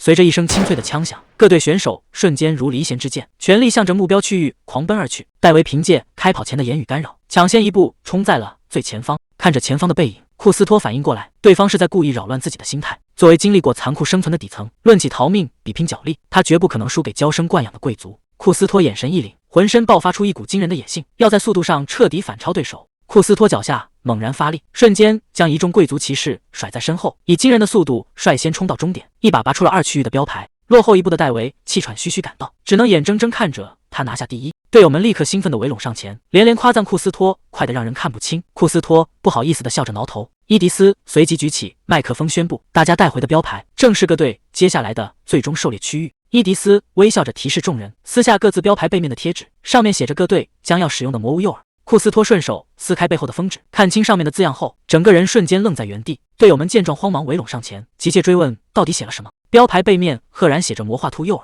正是單只積分最低的獵物。全隊上下頓時陷入一片絕望。伊迪絲舉起麥克風，微笑着豎起一根手指，宣布各隊的考核時間只有1個小時。隨着倒計時開啟，真正的魔物狩獵正式拉開序幕。考核正式開始後，隊伍借助誘餌，很快在草叢中發現了魔化兔的蹤跡。一支利箭隨即破空而出，將魔物當場射殺。擔任獵犬的帕維爾興奮地抓起戰利品，丹尼斯卻在一旁冷冷提醒：用了兔子誘餌，自然只能引來兔子。雖然地上的獵物漸漸堆成小山，但作為主領的德米特里卻深感擔憂。魔化兔單只的積分實在太低，繼續這樣下去，根本無法縮小與其他隊伍的差距。看着全隊士氣低落，莫里斯立刻大聲給眾人打氣，提議不如把區域內的所有兔子統統抓光，靠絕對的數量優勢徹底壓制對手。面對低效的捕獵現狀，庫斯托忽然提出新的策略，建議直接用剛捕殺的魔化兔屍體當作真正的誘餌來布置陷阱。比起人工制作的誘餌氣味，散發着濃烈血腥味的鮮肉，對兇暴魔物的誘惑力顯然更大。德米特里對此非常贊同。帕維爾隨後補充關鍵情報：剛才看到大批鹿形魔物正成群結隊往戴維的區域遷徙，推測戴維隊拿到了鹿的誘餌。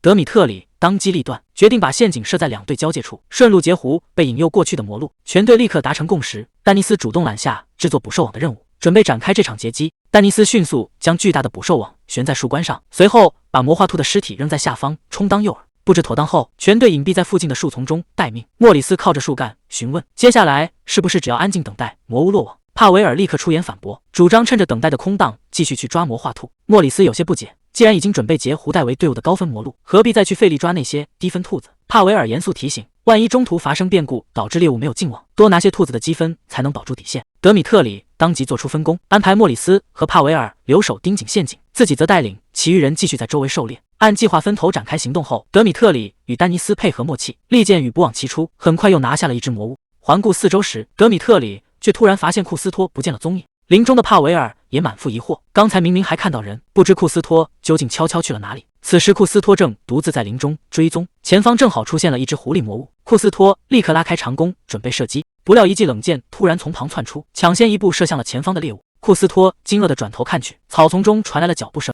來人正是另一隊的獵犬基爾曼，手持長弓，微笑着向他打起招呼。庫斯托疑惑對方怎麼會出現在這裡，基爾曼冷笑着表示，獵犬自然是順着獵物的氣味追蹤而來。聽到對方也是獵犬，庫斯托隨口一問，卻瞬間戳中了基爾曼的痛處。基爾曼當場暴怒咆哮，怒斥自己根本不是自願當獵犬，全怪庫斯托之前暗算自己，害得他考核評級直接暴跌到第4檔。庫斯托淡定反駁，直言要是覺得不服氣，當初大可以憑真本事贏回來。被戳破痛處的基爾曼氣急敗壞，破口大罵對方靠偷襲取勝手段卑鄙。面對基爾曼的倒打一耙，庫斯托只覺得十分可笑。基爾曼一邊逼近一邊怒斥，要不是庫斯托從中作梗，自己絕不會淪落到被別人看輕。但他很快收斂了怒火，冷笑着確認庫斯托是不是獨自一人。話音未落，基爾曼突然抬頭望向樹梢，反常的舉動讓庫斯托滿心疑惑，也跟着抬頭打量四周。基爾曼嘴角浮現出陰險的笑容，這片密林深處連記錄畫面的轉播球都沒有覆蓋。庫斯托頓時察覺到了不對勁，基爾曼步步逼近，冷笑着威脅，這片林子裡滿是嗜血的魔物，就算現在直接把庫斯托殺掉，也能偽裝成被魔物襲擊的意外。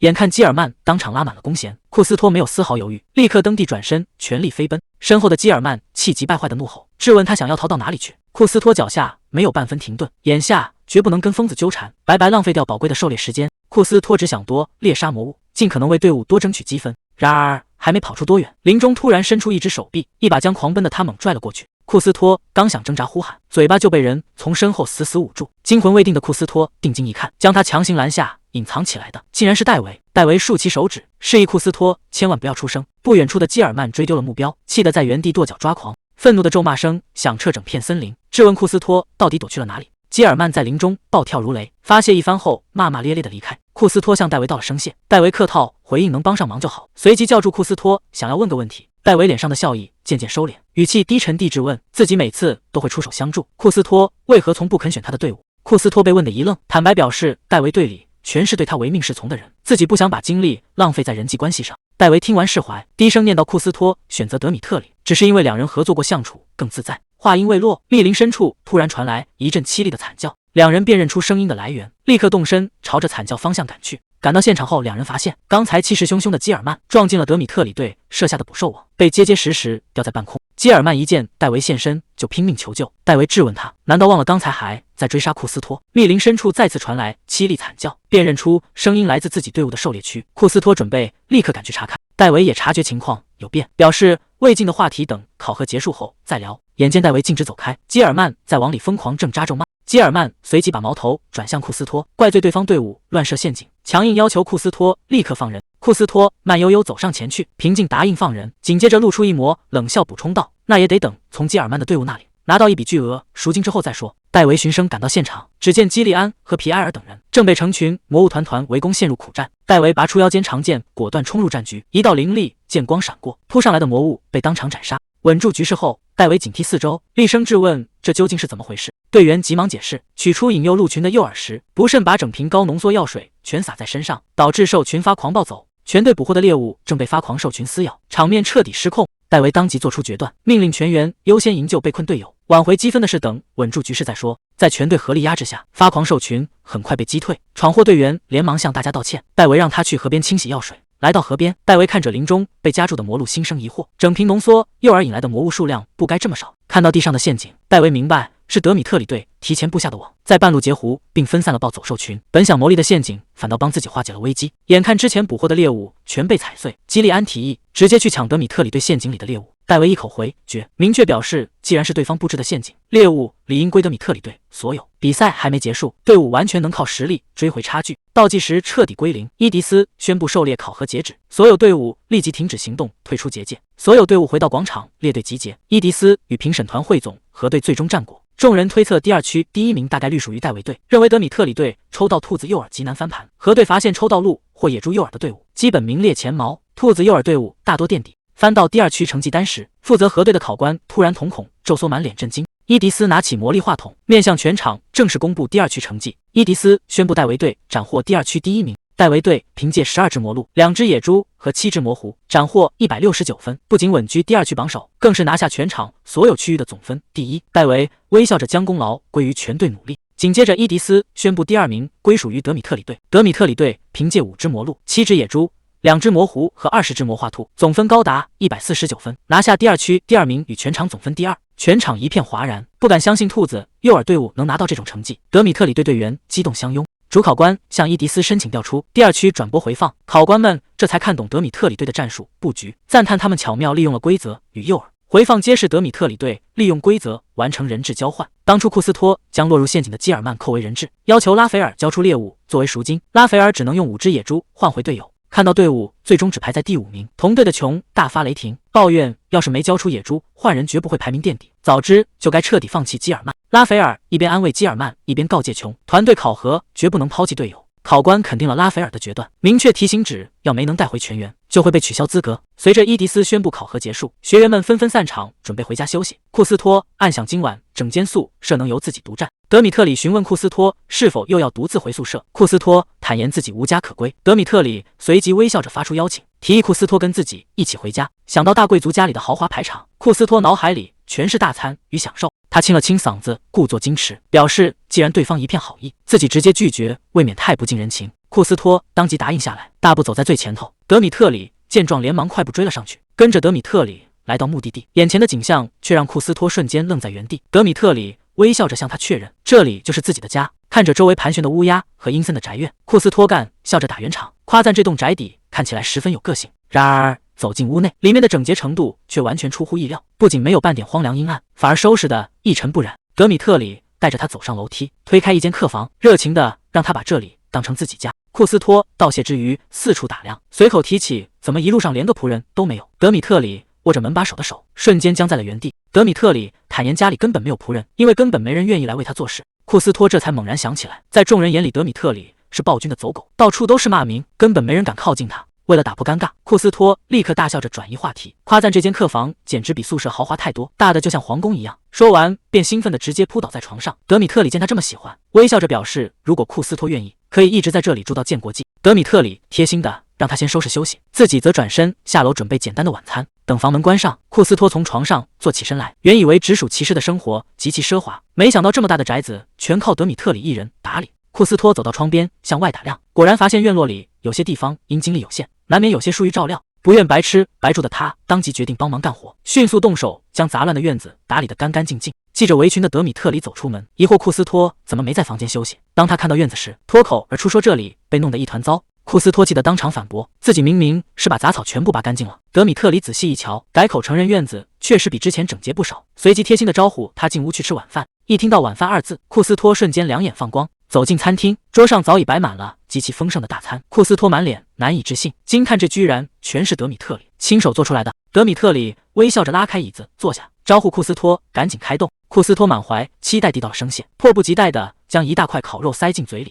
可剛嚼了一口，他的臉色瞬間凝固，這味道難吃到讓他難以置信。當年做奴隸時，連泥土都能下咽，如今卻被這口肉徹底難倒。面對德米特里滿是期待的詢問，庫斯托只能強忍着難受硬咽下去，勉強擠出笑容，誇讚味道很特別。德米特里信以為真，頓時高興地以為對方真的很喜歡。德米特里興奮地表示，既然喜歡，之後天天都做給他吃。庫斯托嚇得一把按住對方的嘴，神情極其嚴肅地宣布，借住期間廚房由自己全權接管，這件事絕對沒有任何商量的餘地。與此同時，皇宮內正舉辦着一場盛大的宴會。皇帝卡洛斯舉起酒杯，感謝在場貴賓百忙之中賞光出席，看到帝國的棟樑齊聚一堂，讓他感到格外心安。卡洛斯隨即向眾人宣布，趁着今天這個好日子，伊迪絲特意為大家準備了一份薄禮。禮物呈上後，席間的貴族小姐們立刻興奮地議論起選拔考核，有人聊起家裡的僕從們，整天都在熱烈討論戴維公爵的英姿，甚至還纏着求他給戴維投票。另一位貴族千金卻不以為然，堅稱從底層拼死逆襲的庫斯托才是最讓人入迷的真正主角。同桌的貴族小姐各執己見，認為能繼承大商會的莫里斯才更有看頭。伊迪絲在一旁靜靜聽着，確認考核已經在貴族圈裡徹底傳開。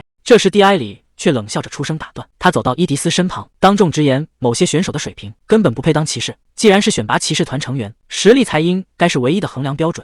蒂埃里當众高聲宣稱，為了維護貴族的尊嚴，像瓊這樣出身高貴的優秀騎士理應穩穩拿下第一名。席間的貴族們立刻紛紛舉杯附和，宣稱一定會把支持票全部留給瓊。伊迪絲將這一切看在眼裡，迅速看清了局勢。原來以保守派為首的貴族勢力私下裡早就達成了利益同盟，打算集中所有選票力保瓊上位。這也難怪，這群貴族從一開始就極力反對讓平民參與選拔帝國騎士。伊迪絲心裡十分清楚，如果不是自己提出出資修復被暴君摧毀的廣播通訊塔，這些貴族為了恢復貨物運輸與領地管理的便利，根本不可能答應推行全民公開選拔。蒂埃里表面上與眾人舉杯歡慶，私下卻依然咬牙切齒。要不是為了借助通訊塔恢復貿易，這種讓平民做主的選拔賽絕不可能得到貴族派的點頭放行。伊迪絲微笑着對眾人表示，瓊的人氣確實非同凡響。作為這次考核的主辦人，看到大家如此關注賽事，倍感欣慰，並承諾後續還會有更多精彩對決。蒂埃里卻在身後露出一抹冷笑，當眾陰陽怪氣的插話，聲稱自己最近聽到一個荒唐的傳聞，據說伊迪絲正在帝國各地瘋狂搜刮那些被遺棄的廢棄魔石。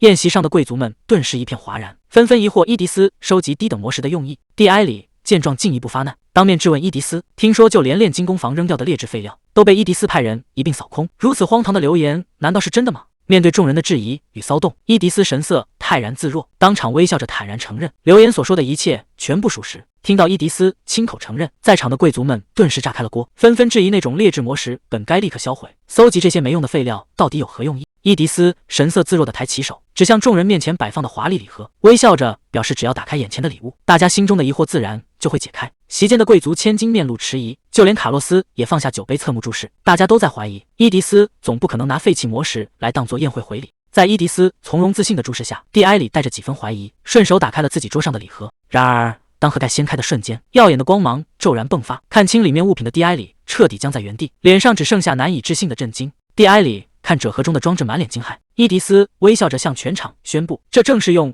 廢棄低等魔石改造而成的便攜式影像播放器，只要輕輕點擊屏幕中央的按鈕，就能立刻觀看下一期選拔的預告。在場貴族聽完一片嘩然，難以置信這麼小的裝置竟能播放影像。蒂埃里半信半疑地按下了播放鍵，屏幕中隨即亮起下一場考核的畫面。只見考官赫然現身，神情嚴肅地訓斥着在場的所有候選人。預告中選手們接連失誤，不僅有人因動作變形頻頻摔倒，就連庫斯托也陷入了降級危機。然而在絕境之中，一名神秘人悄然現身指導他的劍法。正當競爭愈發激烈，誰能奪下第一的懸念拉滿時，影像卻突然戛然而止。意猶未盡的貴族們頓時急了，紛紛抱怨怎麼能停在最關鍵的地方。席間的貴族小姐滿臉驚訝，忍不住向伊迪絲確認，這當真是用廢棄的劣質魔石做出來的。伊迪絲微笑着點頭承認，只要調控好魔力的波長，劣質魔石也能輕鬆製成便攜裝置，而且全靠回收廢料，制作成本幾乎可以忽略不計。一旁的蒂埃里咬牙切齒，震驚伊迪絲竟能在這麼短的時間裡搗鼓出這種前所未見的魔法裝置。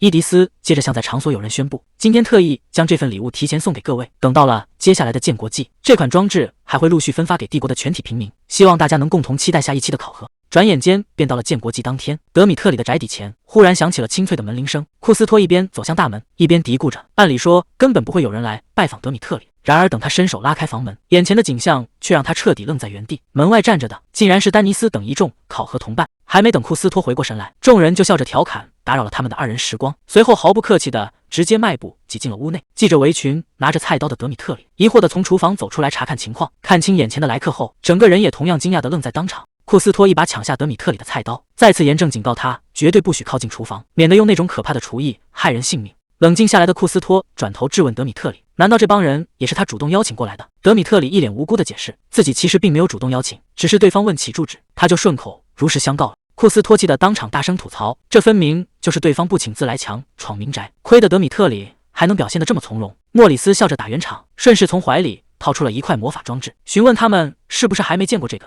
見兩人滿臉好奇地湊上前打量，莫里斯得意地解釋，雖然皇室正在全帝國範圍分發，但各地的進度各不相同，為了讓他們盡快看到，自己特意第一時間趕了過來，並示意他們按下中間的按鍵。庫斯托接過魔法裝置，順手按下了按鍵，裝置的屏幕隨即亮起，開始播放下一期考核的預告畫面，直到預告片的最尾聲，庫斯托的特寫才終於閃過。看完的庫斯托備受打擊，鬱悶地抱怨預告片把他剪輯得極度悲慘，而且全程幾乎沒有多少鏡頭。莫里斯笑着拍肩安慰，堅稱他分明才是整期預告的核心主角。德米特里在旁邊好奇地詢問，大家大老遠跑過來，難道就只是為了給他們看預告片？帕維爾立刻興奮地解釋，其實是想邀請大家一起去逛建國祭。聽到這個提議，德米特里難以置信地愣在原地，輕聲詢問自己是否也算在其中。帕維爾熱情地拉住德米特里，直言大家在上次團隊戰就配合默契，明天開始還要忙於劍術演練，要是錯過今天，可就沒機會好好逛慶典了。面對德米特里的猶豫，丹尼斯順手遞過去一件戴兜帽的斗篷，表示只要披上遮住臉，接上就不會有人認出他的身份。德米特里愣愣地接過斗篷，同伴們紛紛拉起兜帽準備出發。感受到這份善意的德米特里，由衷地向大家輕聲道謝。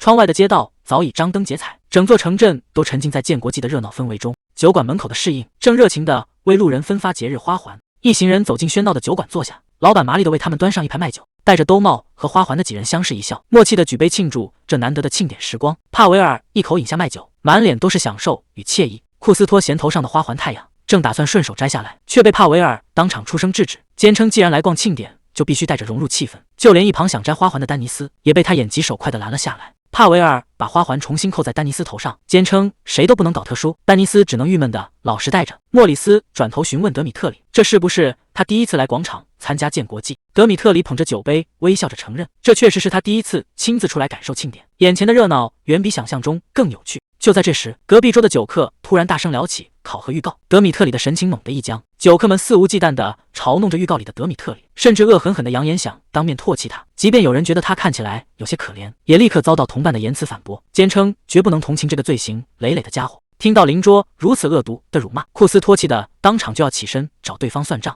隔壁酒客依舊肆無忌憚的叫罵，直言德米特里根本沒資格參賽。德米特里見狀，連忙拉住庫斯托，輕輕搖頭示意他不要衝動。庫斯托只得強壓怒火，重新坐下，而那名酒客卻越說越起勁，當眾囂張的大聲叫囂，聲稱帝國裡但凡有人給德米特里投票，只要敢站出來，今天全場的酒錢就由他一個人全包。話音剛落，鄰座一位長髮女子便緩緩放下酒杯站起身，她重重將酒杯拍在桌上，徑直走到挑事的酒客面前，冷聲向對方確認剛才說要為全場買單的話到底算不算數。面對酒客錯愕的詢問，女子從容地側過身反問，一旁的德米特里也驚訝地望向來人。紅髮女子微笑着豎起拇指指向自己，當眾坦然宣布自己就是那個給德米特里投票的人。